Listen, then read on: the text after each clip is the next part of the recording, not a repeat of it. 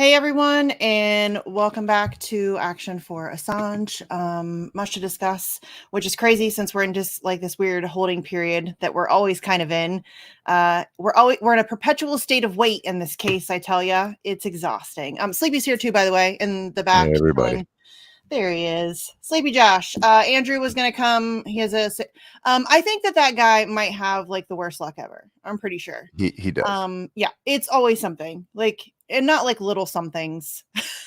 Like it's always big somethings with Andrew, and I'm laughing, but only just because I don't even know what to say. It's terrible. So he will not be here. Hopefully he'll be able to pop in on an upcoming vigil at some point. But there is some stuff that I wanted to go over. That's why I wanted to jump on. So me and Sleepy are here. We got a video we're going to check out, an article from salon.com, which has confused Is a me. gem. It is. It's confused me a little bit because there are people in the Assange. I hate saying the Assange movement because that sounds so, I don't know, weird. I don't know what else to say. So people in the Assange movement are like retweeting it like it's great. I'm like, do we live on another planet? Are we on different planets? Because the article to me is not good. It's not good. There are good things about it, and I always appreciate coverage. Don't get me wrong, but I don't think we can let stuff like this just slide by. You'll see. We're gonna get into it. I'm ruining my my own hype here on the article. And then we're going to talk about, obviously, Collateral Murder. So for those of you who may not know, today is the 14th anniversary of the release of the Collateral Murder video. So I want to get into that, talk a little bit about that. We're going to watch a video clip where Assange is talking about it. And then there's a couple different pieces I would like to, if I can. It's like a 38-minute long video, I think, but I'm pretty sure I know a roundabout location or timestamp where they are, but and I'm sure that those of you who, and if you're watching this, you've probably already seen Collateral Murder probably more than once. So I'm sure you know what I'm talking about. But there's a couple audible things that happen in that video that are so unbelievably disturbing. There are things that are said, and I think it's more the way that they're said that freak me out a little bit. So I always like to highlight those so that we can discuss the disgusting culture of war.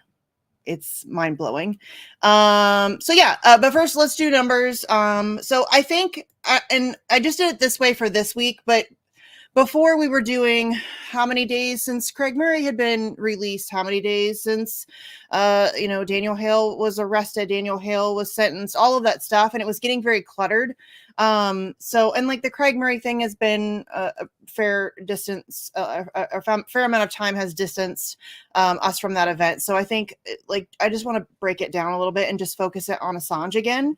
And then, we may add some other people in there if things happen or whatever. So it's been 4,868 days of illegal and arbitrary detention for journalist and publisher Julian Assange. It's been 1,821 days since the WikiLeaks founder was essentially kidnapped from the Ecuadorian embassy and put in Belmarsh prison. April 11th marks 5 years, which is, I honestly, Sleepy, cannot believe I'm saying that out loud. 5 years, which also is 1,827 days that he's been in Belmarsh, which is depressing. It's not. I don't know if astonishing is the right word. Depressing. I'm a little like surprised it's gone on this long. Yeah, but I was also we always said they were going to drag it out, but I didn't know how long they were going to drag this shit out. They said 25 years in the Stratford files, those emails. It's true. I guess I shouldn't be super surprised that it's been 5 years, but I'm more surprised that they've been able to do it for so long with so little pushback. You know what I mean? Like it feels like nobody cares much. When I say nobody, I don't mean nobody, like zero people. Obviously we're here like right now. But for the vast majority of the population either don't know about it. They've done a very effective job at silencing the issue entirely so that people just don't even know what's happening or how it impacts them. Or they just don't care. Like I don't know what it is. Anyways, okay. So it's been 1,185 days since he was denied bail by Judge Vanessa Breitzer, which was just 2 days after she denied the extradition request and called for his release, which I was a little more than a little confused by. On January 4th, she denied the extradition request based on mental health conditions and the horrendous conditions of the U.S. prison system. And in that statement that she gave for that denial, she also called for his release. And then 2 days later, she denied him bail. It's very strange, Vanessa. I'm not sure Very strange. about. Yeah. Okay, so those are the key dates in terms of Assange on the big things that we like to point out. But also, I wanted to point out that we have there are 11 days left until the recently announced deadline for the U.S. to submit their assurances. Whatever that means. And those assurances are to cover questions of Assange and whether or not his First Amendment will be protected, which they've already said out loud that it would not.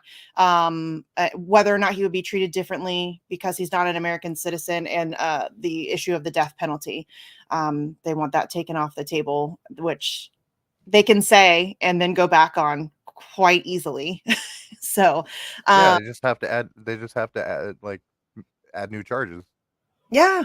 And the last time, here we go getting sidetracked again, but the last time they entered assurances in was right after that. We were just talking about when he was denied bail, that January 4th decision. Right after that came down, they appealed. And in that appeal, they offered up some quote unquote assurances that we promise we're going to be nice to Julian Assange. Pinky swear. We really will, guys. Promise. But then in that same, whatever it was, statement, legal document, whatever it was, they gave themselves a backdoor option that if we'll be really nice unless he says or does something that we don't like. You know what I mean? And that was their assurances. Really, who takes assurances from the United States of America seriously at all?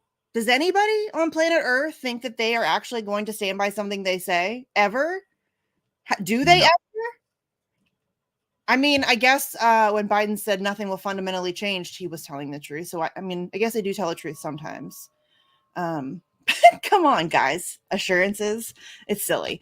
Okay. And then also, there are 45 days until the next loosely scheduled court date, assuming that the U.S. will submit their assurances, which I think we all know that they will. Maybe not. Wouldn't it be cool if, like, they were just like, yeah, fuck it. We're tired of doing this. We're just not going to submit the assurances. I'm not sure. I mean, I'd take it.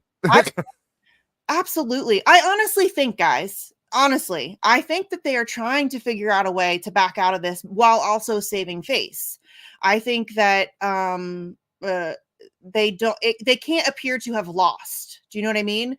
They need to maintain that sort of illusion of strength and all of that, and power and control and all of that stuff. So, but I really don't think they want to extradite him here. I think they would love if he would die in jail. I think they would love that.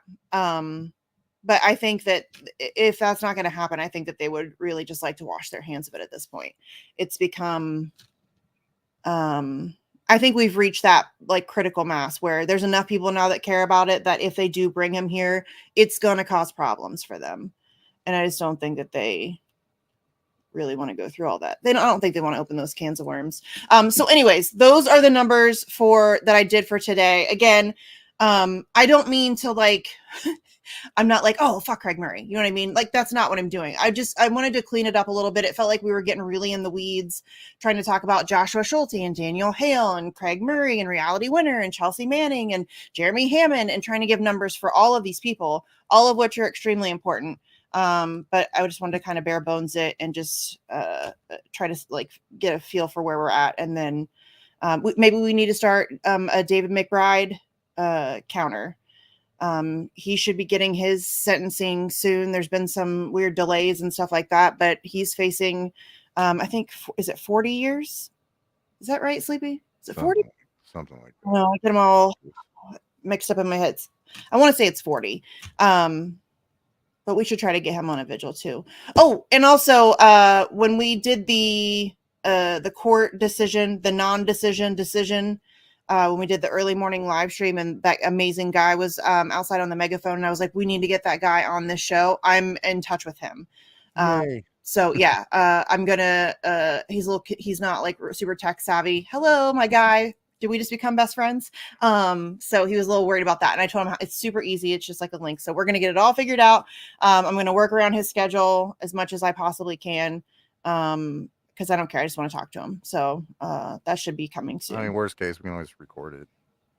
Yeah, like I don't mind doing that. I can be very flexible, generally speaking. Okay, so the reason, obviously, we wanted to jump on today because it is the anniversary of the Collateral Murder video release. So we are going to talk about that later. But there was also a couple of things that were going on in the Assange, the land of Assange. You want all that right. video first? Yeah, let's pull the video up. So this is a recent video. What was this? 2 days ago? It was super recent. Yeah, it's like 2 or 3 days ago. I'm sorry, I'm very thirsty today. I'm very dehydrated. So a couple days ago, there was a video from the. Am I pulling this one up, Sleepy? No, we have this one uploaded. You want to set it up first because it'll kill your audio. Okay. Yeah. So this was a press room video where they were asking Karine Jean-Pierre about Julian Assange, which shout out to, I'm blanking on his name. I'm trying to look it up real quick. Oh, dang it. I hate it when I forget names. I think I have a link. Hold on. That's what I'm trying to find. The Curtis something? Oh, I'm so terrible at names. I'm so sorry. I follow this guy too. Steve Nelson. Thank you. Whew, that was really hurting my head. So Steve Nelson is a DC reporter with the New York Post, which listen, but I appreciate the fact that he asked the question. It does not get asked very often. So he asked Karine Jean-Pierre about Julian Assange and the issue of press freedom and the warnings that have been given to the White House about the implications. And it goes about as well as you would expect it to. But let's play that. All right, here we go. About press freedom, our government appears to be closer to potentially extraditing Julian Assange. Press freedom groups say that the case threatens to criminalize our profession. So I'm wondering what the White House's thinking is regarding that matter and the potential threat to press freedom. Does the White House have a stance on the pending federal press shield legislation that passed the House and that Senator Schumer told me he hopes reaches President Biden's desk this year? You're talking about the Press Act more specifically. Yes. Look, and I've said this many times. I've said this last week, where journalism is not a crime. We've been very clear about that. And as it relates to this particular legislation, I haven't reviewed it. Would have to talk to our Office of Leg Affairs on that particular legislation. But I do want to say, back in October of 2022, the Justice Department codified a policy to ban subpoenas of journalist records. The president strongly supports the right of free and independent press. That is something that the president talked about when he was at the Gridiron. The president talked about this at the last White House Correspondents' Dinner. He's been very consistent about this, and I'll just quote him for a second. A free press is a pillar of any free society, and while we may not always agree with certain coverage or admire it, we do admire the courage of the free press. Journalism, again, is not a crime. Before moving on, just to confirm, no stance yet on the Press Act that you're aware of, and the Assange matter, is there concern about that? I don't have much more to share besides what I just laid out here, so I'll just leave it as what I just stated to you. Y'all. Dude, she was like reading from a script. I was seething. Like that whole time just now, even watching it again, I'm seething the whole time she's talking. Journalism is not a crime. Really? Because it sure does seem to be a crime in certain circumstances when certain people don't agree with the journalism. I love how they hijacked our fucking slogan. Yeah. Yes. Thank you. And y'all, they do this all the time. The rank hypocrisy on display here is, I mean, impressive. Frankly, it's impressive that she can stand there with a straight face and say the words that she just said. Joe Biden supports a strong and free and independent media, and journalism is not a crime. And I mean, did she really just stand up there and say all that stuff? Especially given that she was just specifically asked about Julian Assange. This was not just like a broad question about journalism, like, you know, the Free Press Act or whatever they got going on over there, or whatever kind of shenanigans they're planning. She was specifically asked about the the case of Julian Assange. So after just having been asked about a journalist who is currently being held in a supermax prison on remand on the behalf of the United States because they want to prosecute him for journalism, for her to stand up there and say those words, holy cow. It's just amazing, the ability for them to just turn off self-awareness. You know what I mean? Like, how does she do that? It's fascinating to me. But and every World Press Freedom Day is coming up. I think it's May 3rd. Oh man, those tweets are going to be gross. Here they come. Here it comes. You know it's Sleepy. This is one of my favorite times of the year because it's Antony Blinken and Kamala Harris. And Pompeo, who literally plotted to assassinate Julian Assange. Like, literally. All of them. Hillary Clinton. We'll talk. She asked if we could drone the guy. I mean, but every single World Press Freedom Day, every single whatever, all of those days, all of those, anytime that they're asked about the broad principle of press freedom. Oh, they're all for it. And then you ask them about Assange. I don't have anything to add to that. That's what she said. I don't have anything else to add to that other than what I just said. You didn't say anything. It was a bunch of words, but you said nothing. Oh, it's so frustrating to me. But again, thank you to, what's his name again? Steve Nelson. Thank you, Steve Nelson. Everybody go thank him for asking the question. I think it's important to do that because getting journalists to talk about this, like good journalists too, Sleepy, people who used to understand how important it is. Stop talking about it. It's very frustrating. I'm not going to call anybody out. I'm not going to call anybody out. I'm not going to call anybody out. I'm not going to call anybody out. I'm not going to do it. I'm not going to do it. I think that was part of the plan. I mean, you drag that shit on long enough, people, some people are going to. Yes. Stop. It's just frustrating because it is legitimately people that like I like hyped the fuck out of and like they just stopped. Okay, I gotta stop. Okay. Breathe, Misty. Yeah, it's just frustrating. Like now is not the time to shut the fuck up. You know what I mean? Now is not the time for that at all. We need all the noise. Loud as possible, please. That would be great. Okay. So yeah, I just wanted to play that again. Go thank Steve Nelson. He is at Steven Nelson 10 on Twitter. Go just shoot him a quick thanks for asking the question. That's all you got to say. You don't got to. He's still the New York Post, right? You don't got to kiss his ass, but just thanks for asking the question because I would like more of them to do that. Okay, let's go to Salon. Did you want me to pull that up? Yeah, you need to pull that one up. So you can scroll it as you're reading it. Yeah, that'll be better for me anyways. Okay, and this, I'm going to warn you, is a little lengthy, and I'm going to get, there's going to be rants. There will be rants. I don't know if I need to warn you guys about that at this point anymore. It's been going on for so long.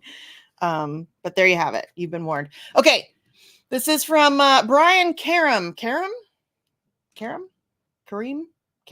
I don't know. Fuck it. So how do I want to, I don't know if I should set this up with his shenanigans. We'll go through the article and then I'll show you who he is. Okay. So they decided to get even with him. Trump's revenge against Julian Assange broke the media. Did it though? I mean, yes, it did, but okay, here we go. As divisive as politics have become in this country, there is one thing upon which most people agree. The media sucks. Starts off strong, right? Excellent. Yes, we all agree. The media sucks. No question about it. Hey, make the text a little bigger. Hold, please. Better there? Yeah. Okay. We've heard it all. The New York Times online is just a word puzzle page. Yeah. Legacy media is dying. Yes. Online viewing on news sites is down. Reporters are hacks. Editors are worse. And about the only institution trusted less in the media is Congress, thanks to Marjorie Taylor Greene, Lauren Boebert, Jim Jordan, and James Comer, among others. Notice he only mentions, I think those are all Republicans, right? Right?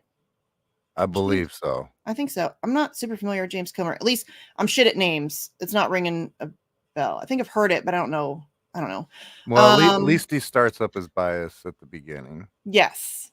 That continues. Okay, here we go. While all of this is to some extent true, it is all true, yes.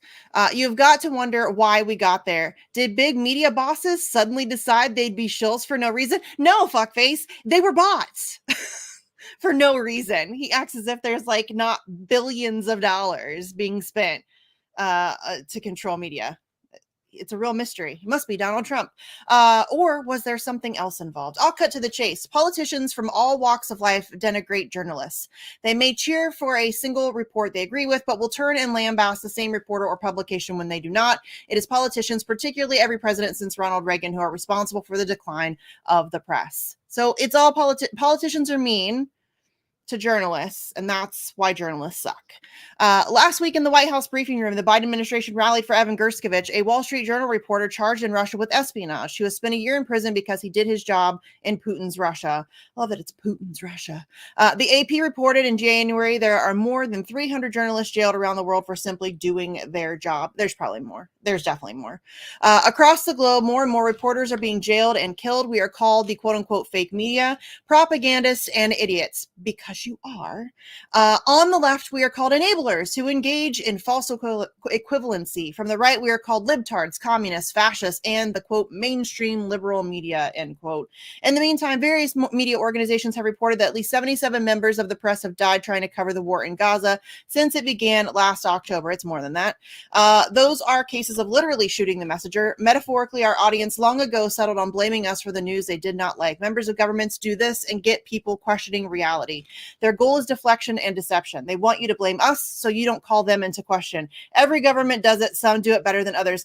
This is why this makes me angry. No, this is not as what is happening. This is not what's happening. Do politicians point fingers at the media when they, of course they do. Yes, that's part of the job. That is part of, here's why people don't like the media, because you are bought off, corrupt, and entirely entrenched in the establishment, period. End of story. All of the mainstream, even some of the independent or alternative media are completely corrupt. They're bought off.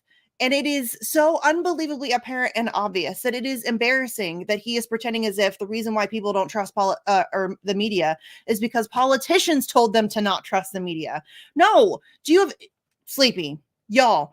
Just in this, we could go to the Guardian. We could go to the Guardian right now. Right now. We want to talk about Julian Assange. Let's go to the Guardian right now.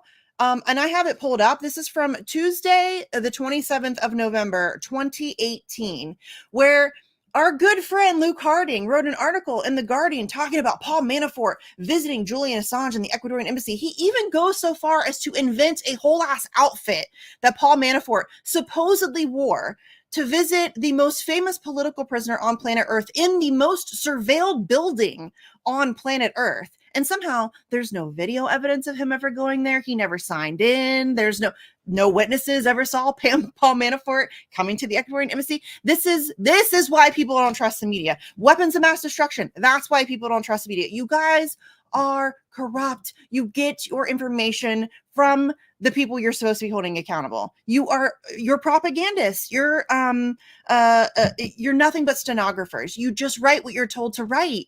You lie. You lie us into wars. I mean, seriously, this guy acting like the reason why people don't trust the media is because politicians are mean to them.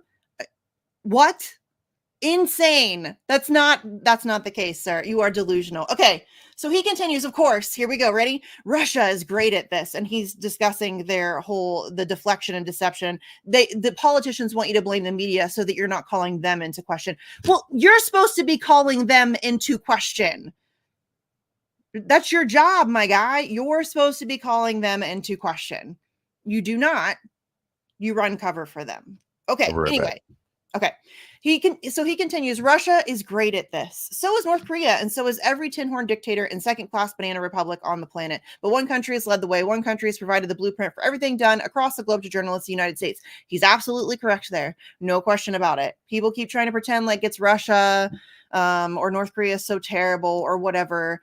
Nobody does this more than the United States of America, period. Okay, so I take no joy in saying it, but the United States is devolving into a pettiness unseen in my lifetime. The lack of education and the horrible state of journalism is to blame. Ronald Reagan and every president since has contributed to our demise. Reporters Without Borders ranks the U.S. 45th among all nations for a free press, and that is too high. And I'm angry with Reporters for Borders. I think we talked about that a while ago. It's ridiculous. That's ridiculous. We are a troubled democracy. Ugh. There are nearly 3 times the number of people on this planet as on the day I was born, and a quarter of a number of reporters. Media consolidation created this problem. 6 companies now own more than 90% of what you see, read, or hear. I talk about that all the time. Our federal government, beginning with Reagan, made media consolidation possible with the same logic that brought us trickle-down economics. Neither has worked. Both are detrimental to the body politic. Yes, Reagan began that, but y'all, and this paragraph I think is really important, because it highlights exactly what I try to explain to people when they try to pretend like lesser of evil voting makes sense, or that it matters which party you vote for. It does not. They are both working, Republicans, Democrats, owned and operated by the exact same people with very few exceptions. I would argue there's 0 exceptions, at least at the federal level. There are 0 exceptions. They're all bought to some degree, or they're all controlled to some degree. Whether it's, they want to self-preservation, they want to keep their job, whatever it is, they're all controlled in some way by the same exact people. So this is not, Reagan did this awful thing and then, he didn't have any help. Reagan got it started, but then they used Bill Clinton. And I've heard, like, Jimmy Doris talked about this before. They use Democrats to do what Republicans can't get away with, and they use Republicans to do what Democrats can't get away with. And that is how they manage to push through all of this nonsense while nobody's paying attention. And this is exactly one of them. The media consolidation issue was started by Reagan, but they used Bill Clinton to shove it down everybody's throat with the Telecommunications Act of 1996. And that was it. That was really the day that we lost press freedom. I mean, really, if we want to be honest about it, that was when it was lost there. But I mean, whatever illusion or whatever thin thread that we are hanging on to at this point, it's certainly dead with Assange. There's no question about it. Okay, so he goes on to say, our federal government, beginning with Reagan, I think I already did that. Yes, computers aren't to blame. The internet isn't to blame. Poor management, chain store marketing, and massive layoffs due to what our government has done to journalism.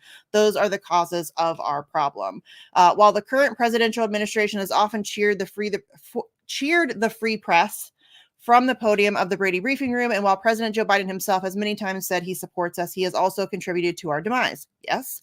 Do not misunderstand me. This isn't a false equivalence. This is a fact. The 2 presidents who've contributed the most to the decline of journalism are Ronald Reagan and the Orange Dawn, with Trump being by far the worst.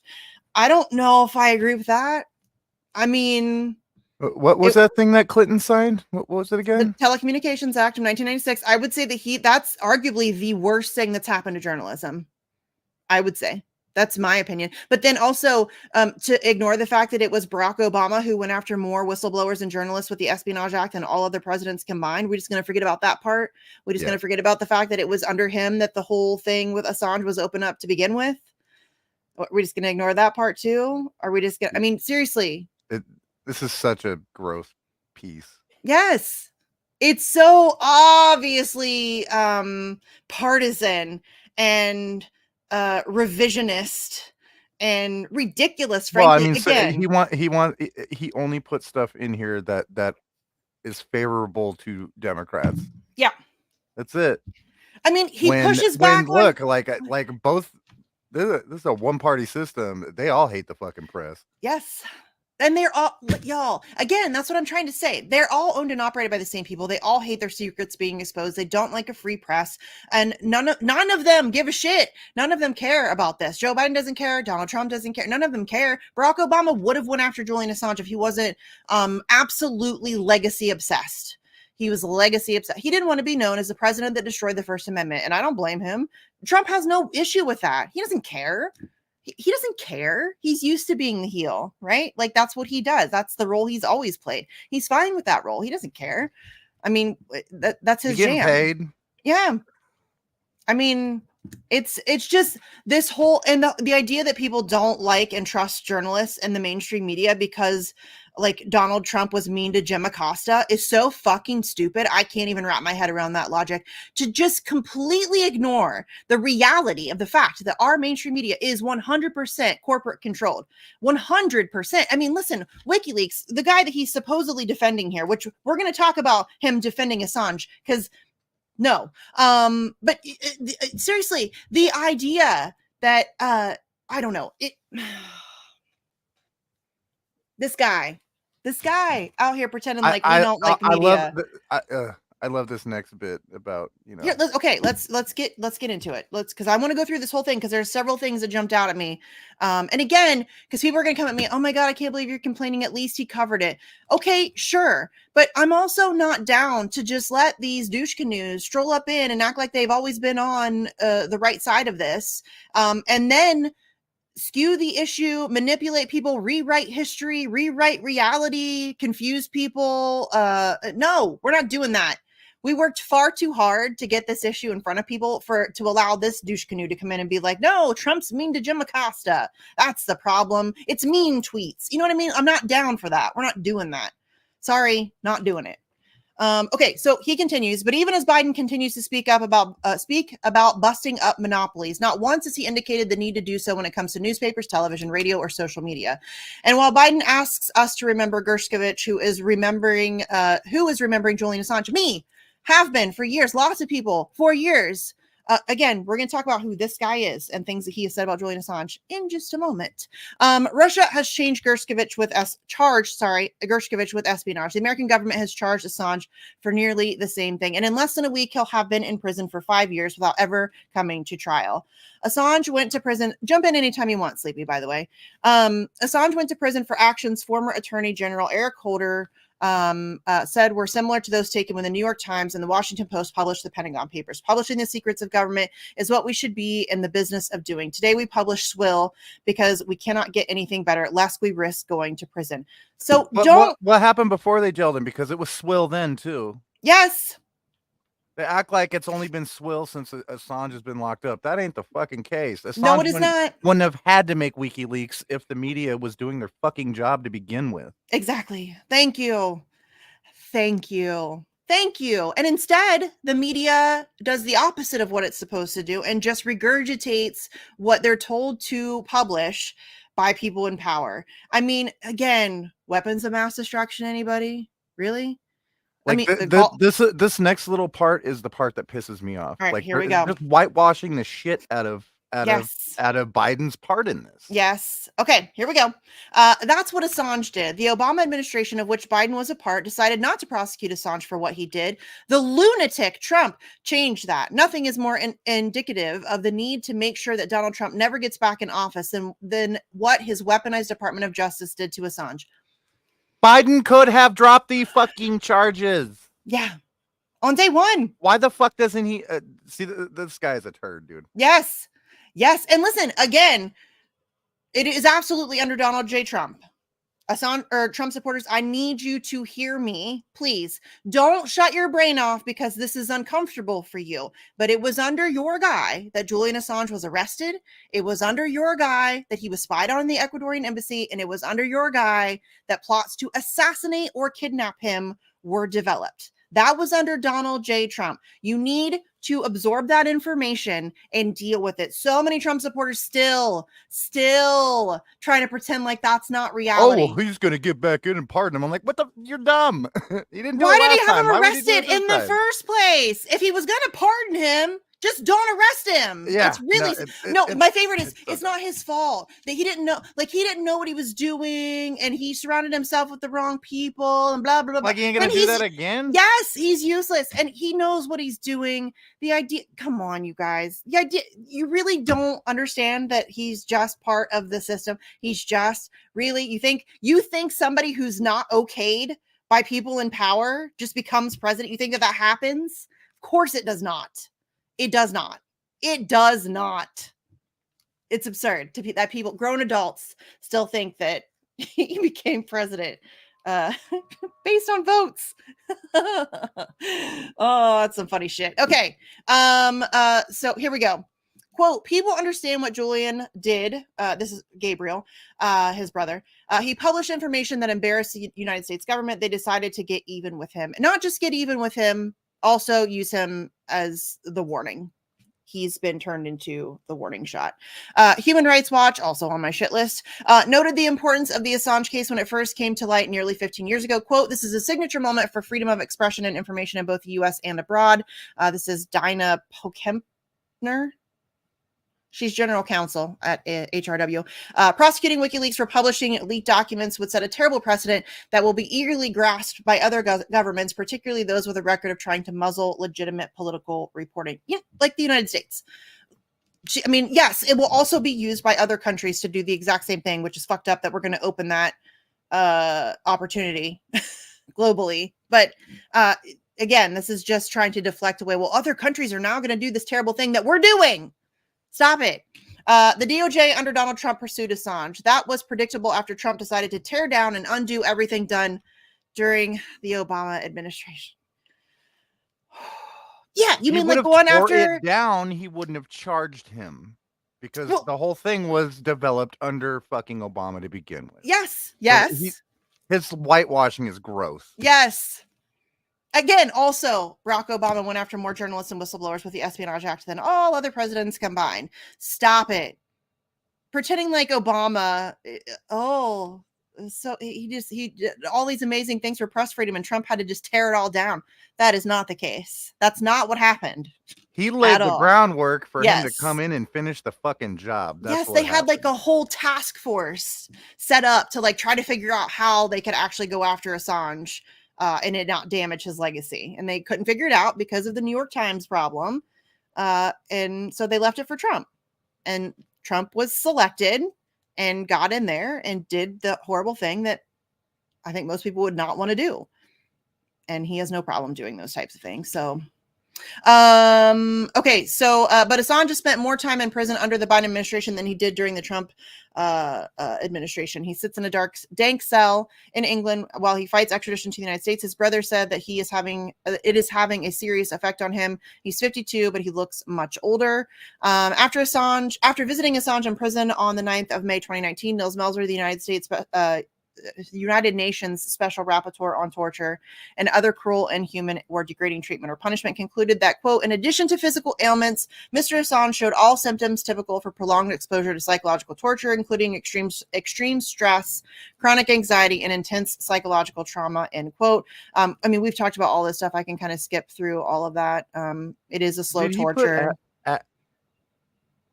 Did he put Wikipedia in there as a source? Go up a little bit. As reported in Wikipedia. Are you fucking kidding me?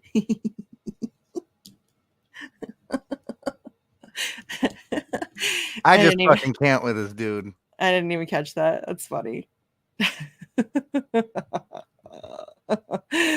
Wasn't there just a bunch of bullshit in the news about people using Wikipedia as a source? Dude, if you use Wikipedia, I immediately discount everything you just said. I don't even care if it makes sense. I don't care if you're right. I don't like if you bring me Wikipedia, I'm about to just turn my brain off.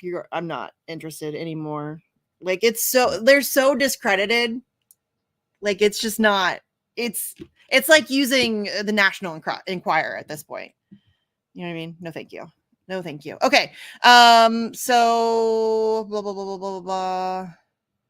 We'll skip down to here. So he says, what Assange did is what American journalism used to do and often no longer does. It's not a coincidence that he's not from this country. Most reporters still here's another good sentence. Most reporters still left in this business from this country are bought and sold by the large companies that own them.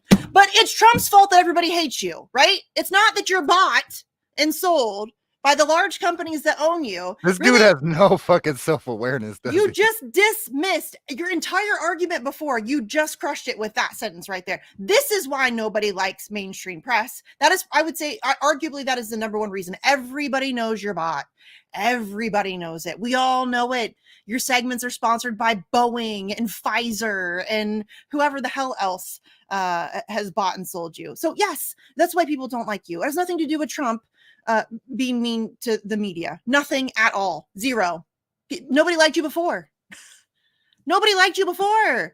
I mean, yes, has the approval rating of the mainstream media gone down since Trump? Yes. But I mean, it's because y'all make a complete ass out of yourself on a daily basis. You're a joke. Mainstream media is a joke. No, that's not fair. It's not a joke. It's too dangerous to be labeled as a joke.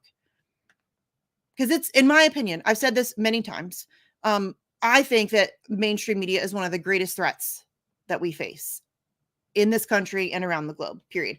They're the ones that lie us into these wars. They're the ones that misrepresent reality. They're the ones that have used fear mongering to gaslight people into taking questionable medical procedures. You know what I'm saying? Like that, they're, to me, mainstream all their media. consultants are like ex-spooks and shit. Yes. Like, why are we going to trust you? We don't trust the spooks either. Yeah.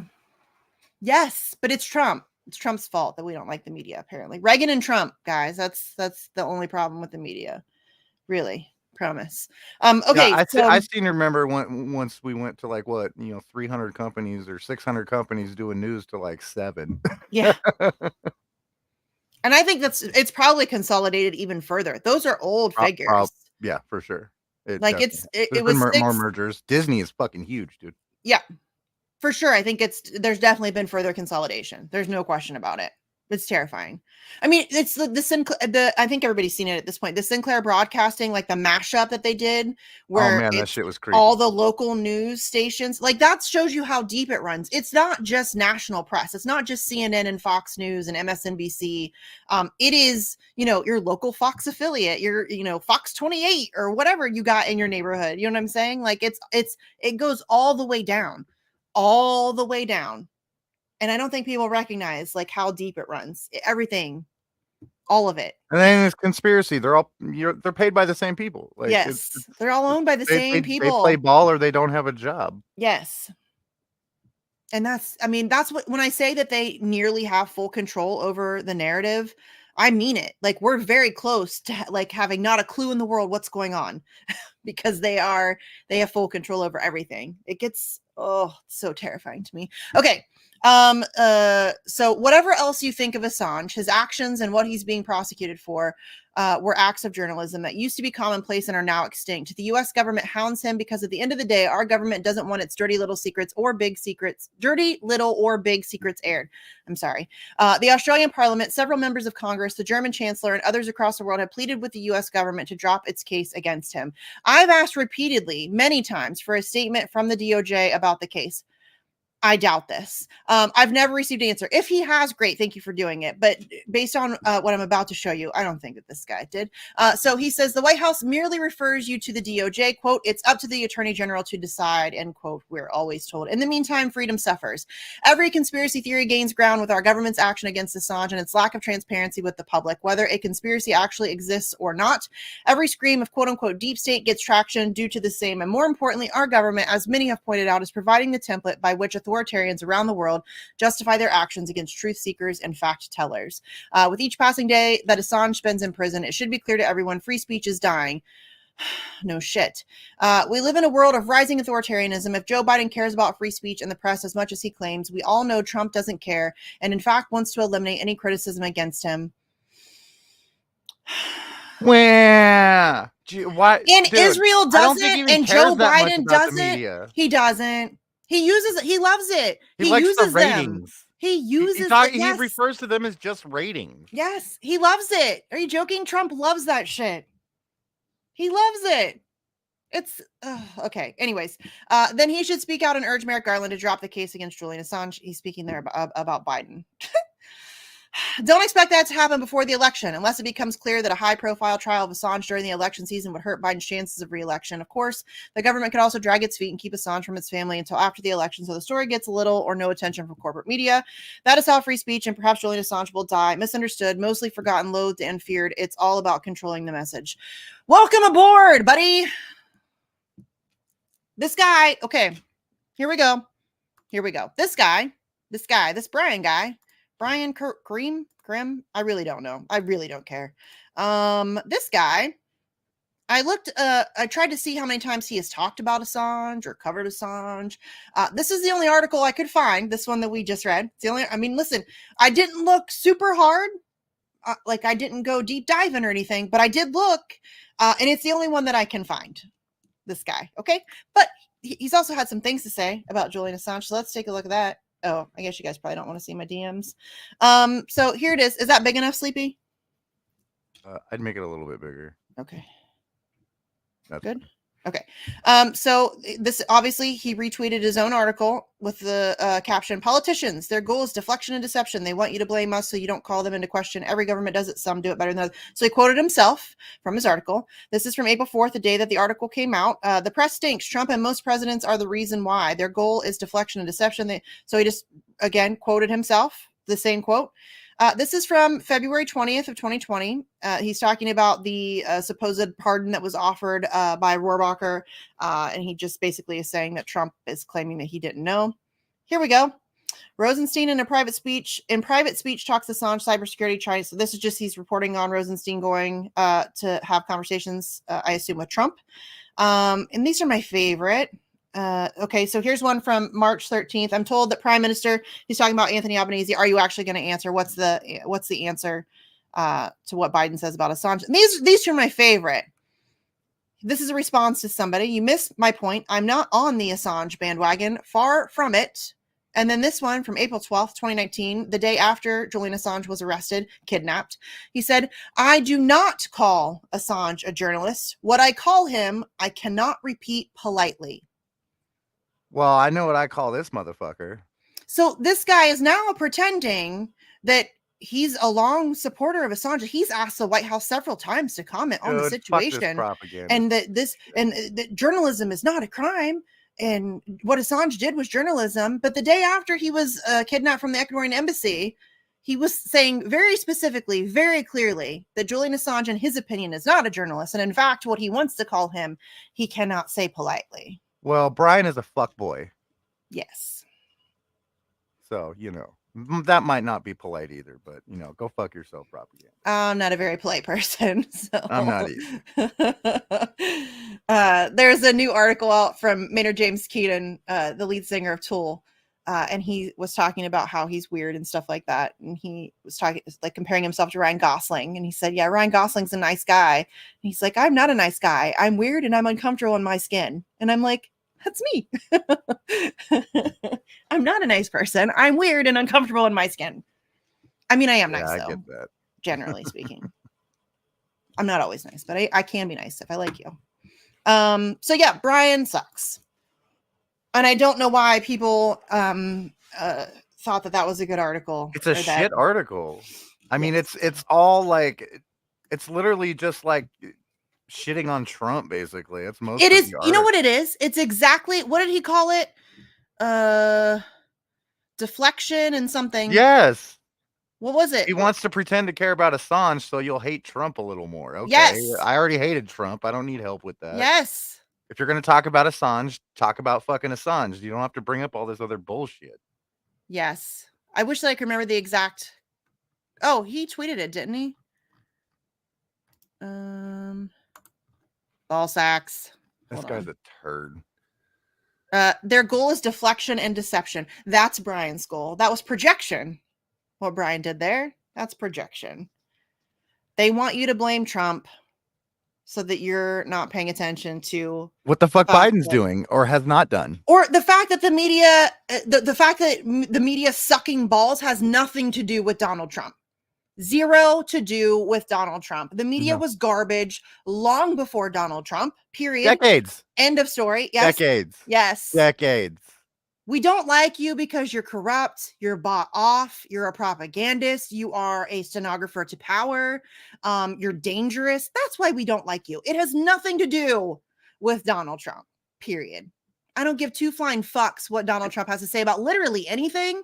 Most of all, the fucking media, the thing that, like, I'm kind of obsessive about, the journalism. I don't give a fuck what Donald Trump has to say. I don't like you because you are terrible.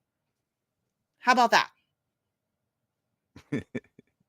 Fuck that guy. I mean, seriously, it's so. Oh. Yeah, I can see why you're irritated when because I didn't read it until just now because I knew I'd just be irritated. Just in the Assange case, if you just look at the lies told by the mainstream media regarding the Assange situation, the thing which he is writing about, which he clearly has no self-awareness about the damage that was done by mainstream media in this thing that he's talking about while trying to blame Trump for why the media sucks. Did Trump make the media lie about Julian Assange and throw him under the bus? Because I'm pretty sure he did not. I'm pretty sure that's not a thing that's been happening. So when the Guardian writes a story lying about Paul Manafort going to the Ecuadorian embassy, and by the way, this article came out, what was it, just a few months? Yeah, a few months before he was arrested. Just like the segment on Breaking Points with Crystal and Sagar, where they spent an entire segment on their show mocking Julian Assange, laughing at him. Cackling about it. Regurgitating the lies and the smears about him putting poop on the walls and not taking care of his cat. Like, fully playing that role of furthering the propaganda and the smears against Julian Assange. And that's on what Breaking this Points. asshole just did. And that's, yes. So that's why this annoys me. That's why this annoys me. So am I happy for the coverage? I guess. I mean, it gets Assange's name, it gets Julian's name in front of more people, I suppose. But I'm not of the opinion. I'm not thanking him for that article. That's for fucking No, sure. I'm not of the opinion that these douche canoes get a pass. I'm sorry. Like, again, if you want to cover Julian Assange, I will always welcome that. But you're not an ally. You are very, very clearly not an ally, period. You cannot be trusted. You are part of the problem. You're not, I don't know this Brian guy. I don't know if he did any smear stories against Assange. Again, I looked and I could only find one story from him about Assange. So I don't know. I mean, it's possible that I missed. Again, I didn't do a deep dive, but I don't know if he did any smear pieces. But when I say it's you guys that did, I just mean the mainstream in general. I'm not joking. And Sleepy, you can attest to this, or we should get somebody like Paula on, who is constantly chasing down these stories to call for retractions or, editing or whatever, because they lie all the fucking time. All the time. There's been so many lies. Emmy's done that. Like, yes, there's a bunch of people. Like, there's a bunch of Assange people that's what they do every day. They wake up and they look for stories about Assange, and then they have to go through and ask for corrections because there's so much bullshit spread, especially and specifically by mainstream media. I mean, the Guardian is obviously the worst offender, but they're far from alone. There's been so many stories written about he's a traitor, he's a hacker, the Sweden stuff, that there were charges. There were never any charges. There's been so many lies told. And I'm just talking about the Assange situation. And this guy thinks that it's because Trump that I don't like him. No, that's not why. Way before Trump, dude. Yeah. I haven't liked mainstream media in a very long time, my friend. Dude, I long stopped before Donald mainstream Trump. Media a long time ago. Yes. Long time ago. Yes. Like a very long, like, I'm talking 90s and shit. Yeah. Like, I knew it was bullshit back then. I watched a little bit, not a ton, but I would watch a little bit in like the 2007, 2008-ish years. I mean, even then I'd watch Democracy Now! Or something. Yeah. Yes, for sure. Like, but I kind of consider them. Oh, no, this was a long time ago before they were quite. Yeah, I'm kind of lumping them into the. Oh, they're mainstream media now, for sure. For sure. For sure. It's really For some sad. reason they talk about Palestine. That's like it. Yeah, it's really sad. I used to have so much respect for Amy Goodman. I mean, that's how I was made aware of Aaron Monte. He looked like he was like 12 fucking years old working there, and I watched him for years on there. He looked like 12 years old with his glasses. Wait, was he at Real News first or Democracy Now? No, he was on Democracy Now! Hella years ago, dude. Okay, because he did Real News too. Because I remember the. Yeah, that was after. Dude, seriously, that was when he got the smirk. Yeah, listen, y'all. I'm not even joking. I haven't talked about this in a long time because it's been ages, but I used to, anytime anybody brought up Aaron Mate, I would, you have to go, if you haven't seen it, the interview that he did with Luke Harding, you absolutely have to go watch it immediately following the show. I mean, I'm not joking. It is one of my favorite all-time pieces of journalism. I don't know if it's an interview. It is so amazing. So if you don't know, Luke Harding wrote a book called Collusion.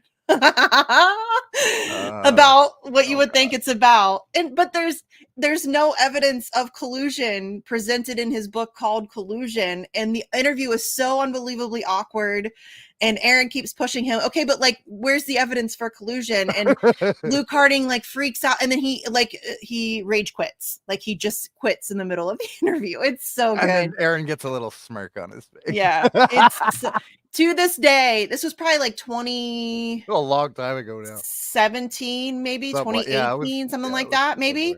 And it remains to this day. A long time ago, though. That interview though remains to this day one of my favorite things it's great. Ever. I've watched it. That made me love that guy even more. Yes, I've watched it a lot of times. I'm not joking. I don't know how many times, but it's a lot. It's a lot of times. Okay. So we did the article, we did the video. I think we just really have collateral murder stuff to go through. So I'm not gonna. We don't need to spend a ton of time on this. I didn't want tonight to be super long or anything like that, but I just thought we needed to pop on again.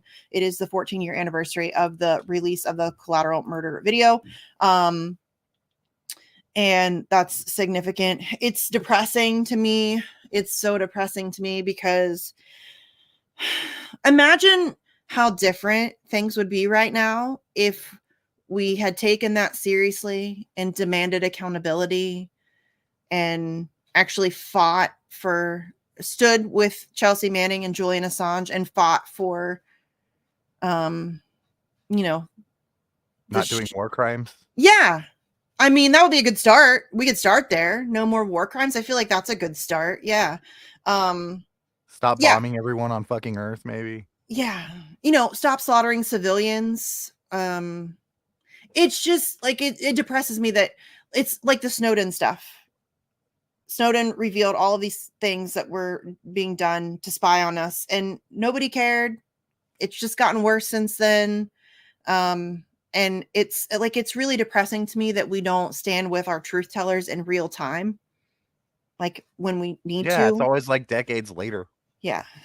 And by then it's too late and shit's already way worse, and it's just frustrating. So the collateral murder anniversary always depresses me a little bit, just because this is video evidence of several war crimes being committed in a 38-minute time frame.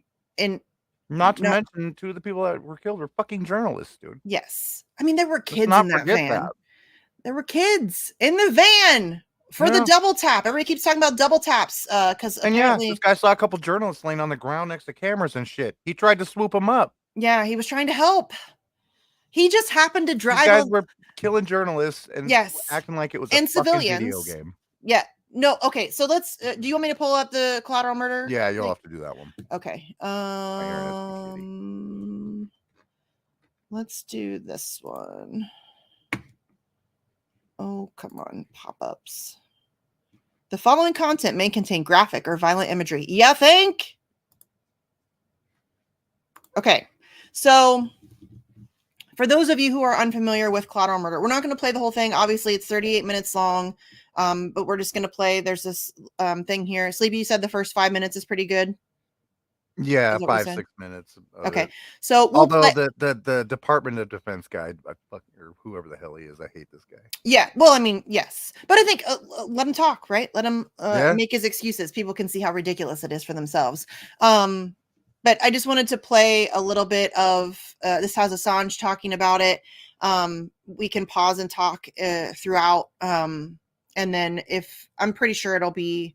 I didn't watch this first 5 minutes, Sleepy did, but I'm pretty sure that the things that I wanted to call attention to will almost certainly be included, because it's, to me, I've always told people you should absolutely watch Collateral Murder, but in my opinion, it's more important to listen to Collateral Murder, because it is the cavalier attitude of these guys in this Apache helicopter as they are slaughtering civilians and journalists and shooting at children. It legit sounds like they're playing a video game. And I think that just highlights the culture of war and how divorced from humanity you have to be in those situations, and the way that they are trained to be that way, to just be let loose upon innocent people in the name of profit for rich people. Really, I mean, that's all that. I mean, it just, to me, it's the audio is devastating. Like, it's so hard to listen to. Obviously, watching people get murdered in the streets of Baghdad is terrifying, but just listening to it is so awful. So we'll play this little clip again. Sleepy, if you have anything you want to like jump in the middle. And there is just a rage warning. There is some, I don't know, State Department douche canoe. I don't remember what he is. I've watched this years ago, but I don't remember who he is. But he is obviously going to induce rage because he is a douche canoe. Okay, do I have it? No, I forgot to pull it up. Hold, please. All right. Here we like go. The 24-minute one, right? Yeah. Yeah, this is it. Yeah. I got it from the group chat. Oh, sorry. Is that playing okay? On the 12th of July 2007, Yeah, I hear it. military responded to reports of small arms fire A little bit in Baghdad quiet. suburb. The military stated that they couldn't positively identify the gunman, so they Is that better? dispatched US Apache helicopters to the area. The events that followed have been subject to much debate and investigation. By mid-morning of the 12th, a dozen Iraqis were dead. Among them, 2 Reuters news agency staff members gunned down by a US Apache gunship. Now, recently, a video of the event has been posted online by the whistleblower WikiLeaks, provocatively titled Collateral. Not a whistleblower. Sorry, that always drives me a little bit crazy. WikiLeaks is not a whistleblower. Very, very old video. I know, but that's still, people still do that. Like, people who know better still do that, and we'll call him a whistleblower. He's not a whistleblower. Julian Assange is not a whistleblower. Well, he called WikiLeaks a whistleblower. Yeah, which is weird. WikiLeaks is not. I don't know if an organization can be a whistleblower. I guess you could be a whistleblowing organization. They are not. They're a publisher, a media outlet, a news organization, not whistleblowers. Just so that's clear. Just want to make that clear, because I still get that all the time. Collateral Murder. It shows us the build-up to the shootings, the aerial attacks, and the audio communication between the pilots and the ground forces. In the next half hour, we'll watch the video with the WikiLeaks editor and a US military analyst giving us their perspectives on the unfolding events. We must warn you, however, the following footage contains some images and audio that you might find disturbing.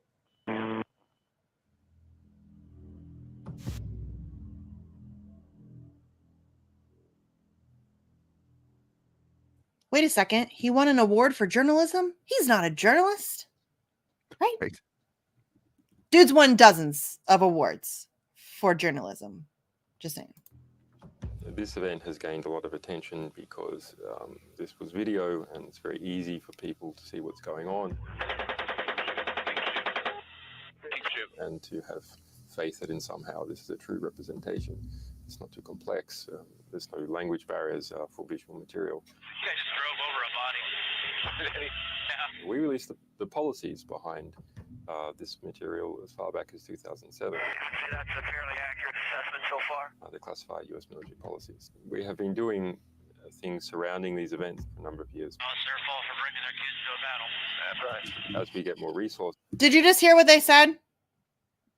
Shouldn't bring your kids to a battle? Yeah. Shouldn't bring your kids to a battle. He didn't. He didn't. He was just driving down the road and happened upon a massacre and decided to stop and render aid. And for his trouble, he was murdered and his kids were gravely injured. But shouldn't have brought your kids to a gunfight. Shut the fuck up. You absolute psychopath. Like, that's the kind of shit I'm talking about. The audio. I'm going to go back so that people who missed it can hear that. Your assessment so far? The classified US military policies. We have been doing things surrounding these events for a number of years. Oh, it's their fault for bringing their kids to a battle. That's right. As we get more resources, we are able to do things like send people to Baghdad to flesh out background of material we release, which is great.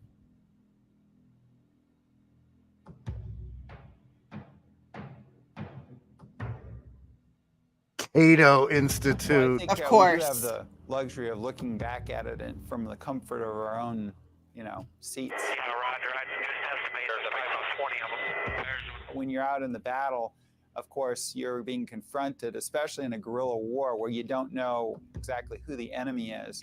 This wasn't a battle. These dudes were just walking on the streets in New Baghdad, and they were in Apache helicopters, far, far away. Far, far away. This is not a battle. They're just walking down the street. The 2 Reuters journalists had cameras. That's what happened. Have 5 to 6 individuals with AK-47s. Not Soldiers are even AK-47s. more on edge than they are in a conventional war because they know the people have uniforms. Yeah, we got a guy shooting. Now he's behind the building. God damn it. They're constantly on edge. They really showed that they were acting for their own safety in certain respects when the camera was mistaken for the RPG. We got an RPG. All right, we got a guy with an RPG. I'm going to fire. All I got to do is pick up a weapon. Request permission to engage. Come on. Light them all up. This reminds me of cops. I feared for my safety. You know what I'm saying? That's what it reminds me of. I mean, most cops that are cops, a lot of them come in from the military, so it makes sense. Mm-hmm. Yes. But again, this is just, we shouldn't have been there. They shouldn't have been in a position to be concerned about guerrilla warfare or protecting themselves. Like, we had no business being there to begin with, which is the broader conversation that they desperately don't want to have, which is why over the past 14 years since this video has been released, and so much effort has been put in to making it about Assange instead of about the contents of the releases.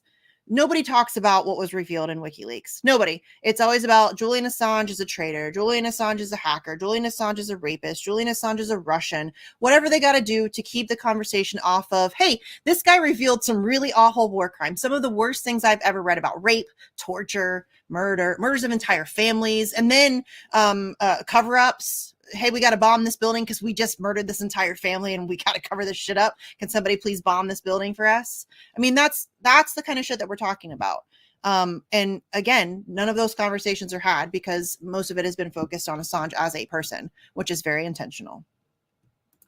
And there's more that keep walking by, and one of them has a weapon.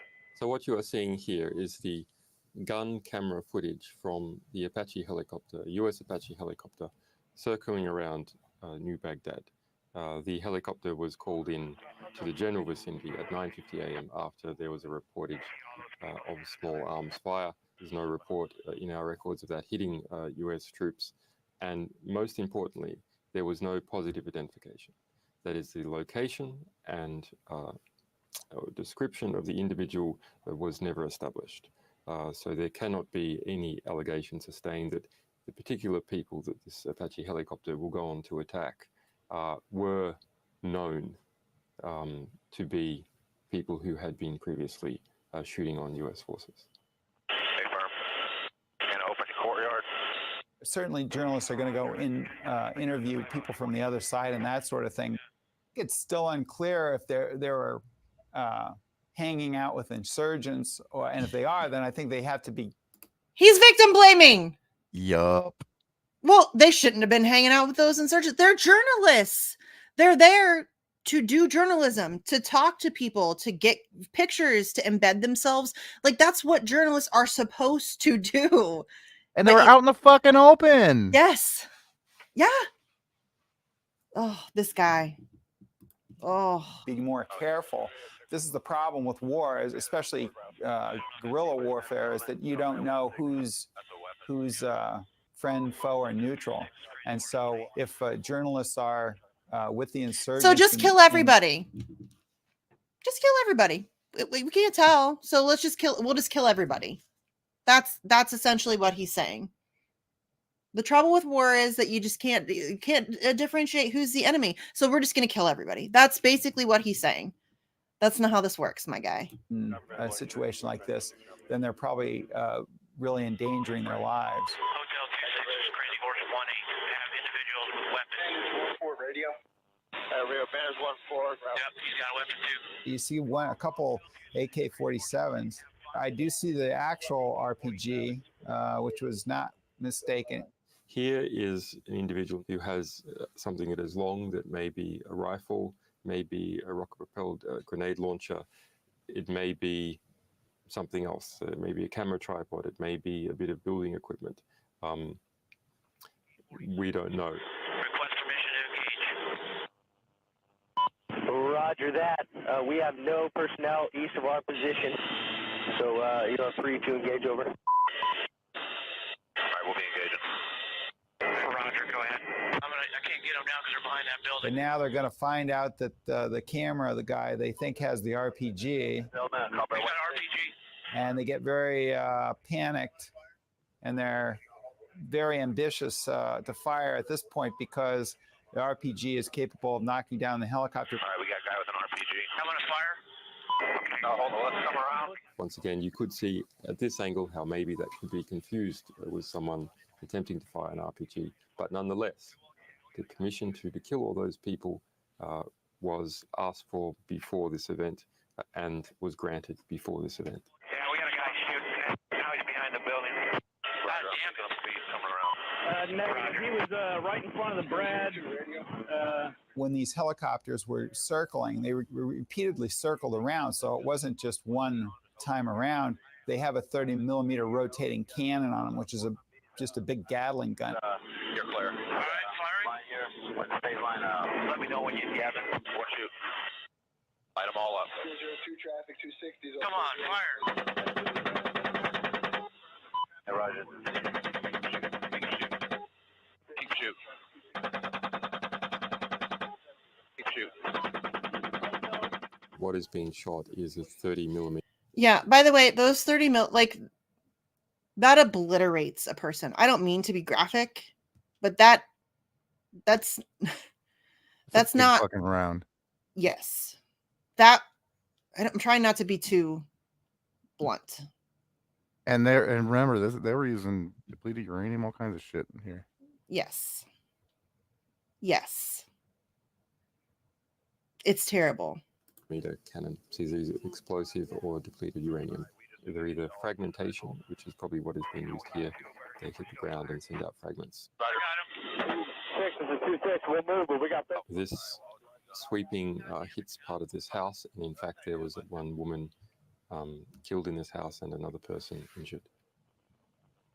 All right, you're clear. All right, I'm just trying to find targets again. You could criticize the people in the helicopters, but of course they've been put in this situation, and that's where the fault may lie. Got a bunch of bodies laying there. But the fault certainly doesn't lie with the guy who got evidence for this shit and published it. That's where it doesn't lie. Again, the only people that have ever been held accountable for these war crimes that you are watching right now is the whistleblower that leaked them and the publisher that published them. That's the only two people that have ever been held accountable in any way for these war crimes. Video evidence of war crimes, and just the whistleblower and the publisher have been punished for that. That's crazy to me.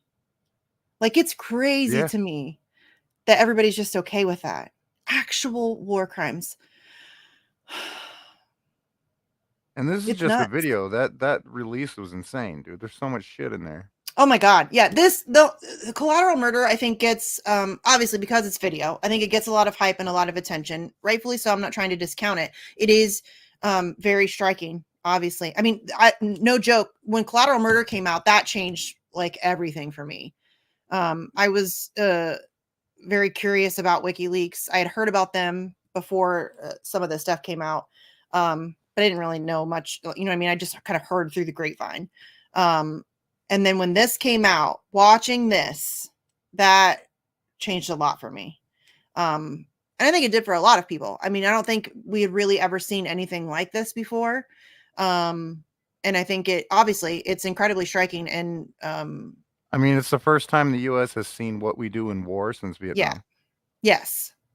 And the reason why we don't see it anymore is because they learned from Vietnam. And they learned that if we not want to be at war when we see that shit. Yeah. If we show like the bad parts of this, the ugly parts of this, there's going to be no support for war. So we're not going to show anything to anybody. And we're just going to do awful things and just not tell anybody about it. But that was Trump's fault. Trump's the one that stopped showing us that shit. Yes, obviously. Trump made journalists stop going to war zones and covering it in a real and substantive way. Obviously, Trump decided that the only legitimate coverage of a war has to be Anderson Cooper on a balcony miles away in his tiny black t-shirt. Like, that's the only war coverage we can get now. That was Trump's decision. Totally. But yeah, like, I mean, we don't have to play any more of this. That guy's getting on my nerves anyways, but like, it's, to me. But yeah, I mean, and the worst part of this is when, you know, they come up, a guy's just rendering aid, trying to get him to the hospital. Yeah. And then they we can play up to that part. So people, we should, yeah, let's play that. All right, we got about 8 individuals. Because I think that to me is the most. I think it's coming up. It is. Knowing that there are kids in the van, watching, like, you're going to see it. These bullets are so big, they turn, like, they move the van. Like, it's a whole. US 18, this is Hotel 26, over. Roger, currently currently engaging approximately 8 individuals. And by the way, this is called a double tap. We are engaging approximately 8 individuals. When they come back Also a war around, crime. also a But of war course, crime. they only Targeting ever said journalists, war that crime. Ramirez's camera was an Civilians, RPG. war So crime. this is an exaggeration. Hotel 26, you need to move to that location once Crazy Horse is done and get pictures over. China. Sergeant 20 is the location. Hotel 26, Crazy Horse 18. Oh yeah, look at those dead bastards. Oh, Nice. Oh, it's like the Nice. language people use when they play video games. They feel a sense of accomplishment from killing those people. Nice. Good shoot. Thank you. You can see that they are thrilled to have killed those people. good and they are shooting. How many rounds did he put off? congratulating 30 each other on millimeters doing so much. to kill 8 people? If you do this day in, day out, and you're given permission to do this, and you're encouraged by your superiors to get high kill counts. Bushmaster 7, Crazy Horse 18.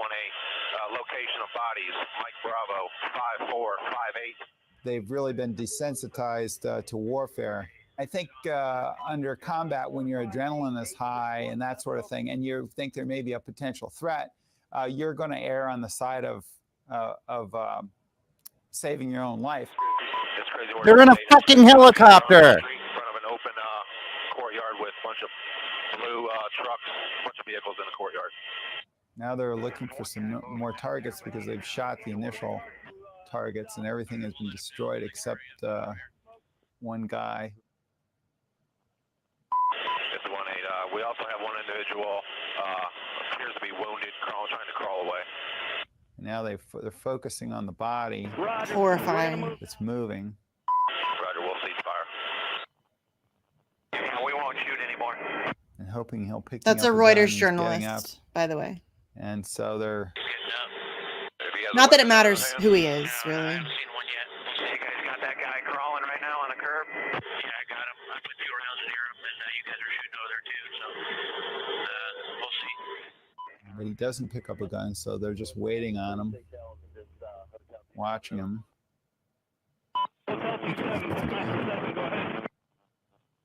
Roger, I'm just trying to make sure that you guys have my turb over. Roger, we got the turb. Come on, buddy. All I gotta do is pick up a weapon. Yeah, so come on, buddy, all you do is pick up a weapon. Come on, just pick up a weapon. And they want the excuse to kill him. Apparently they gain some pleasure from either the kill or from the kill count, getting a high score in the game of war. I'll pop flares. We also have one individual moving. We're looking for weapons. If we see a weapon, we're going to engage. Now, Bushmaster, we have a van that's approaching and picking up the bodies. Where's that van at? Right down there by the bodies. Okay, yeah. Bushmaster, Crazy Horse, we have individuals going to the scene. Looks like possibly picking up bodies and weapons. Let me engage. Hey, we need to stop that so we can get down there. We need to stop that. You see my location? Roger. Break. Crazy Horse 1-8. Request permission to engage. So the controller tells them they need to stop this evacuation of weapons and bodies. Come on, let us shoot.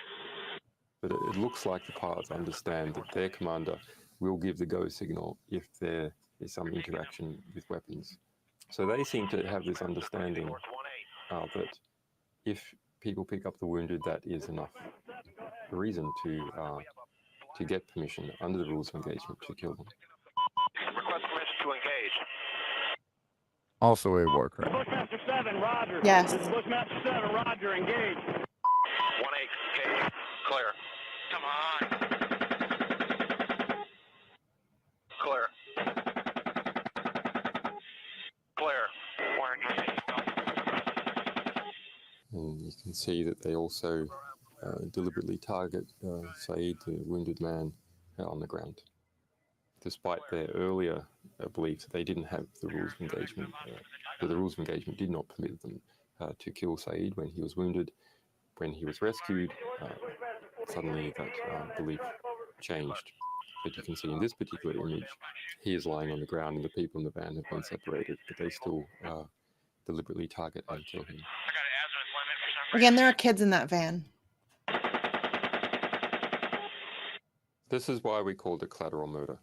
In the first example, maybe it's a collateral exaggeration or incompetence when they strafe this initial gathering. This is recklessness, bordering on murder, but we couldn't say for sure that that was murder. But this particular event this is clearly murder. John Pilger once called it 360 degrees of murder. That's how he described it. Yeah. Yeah.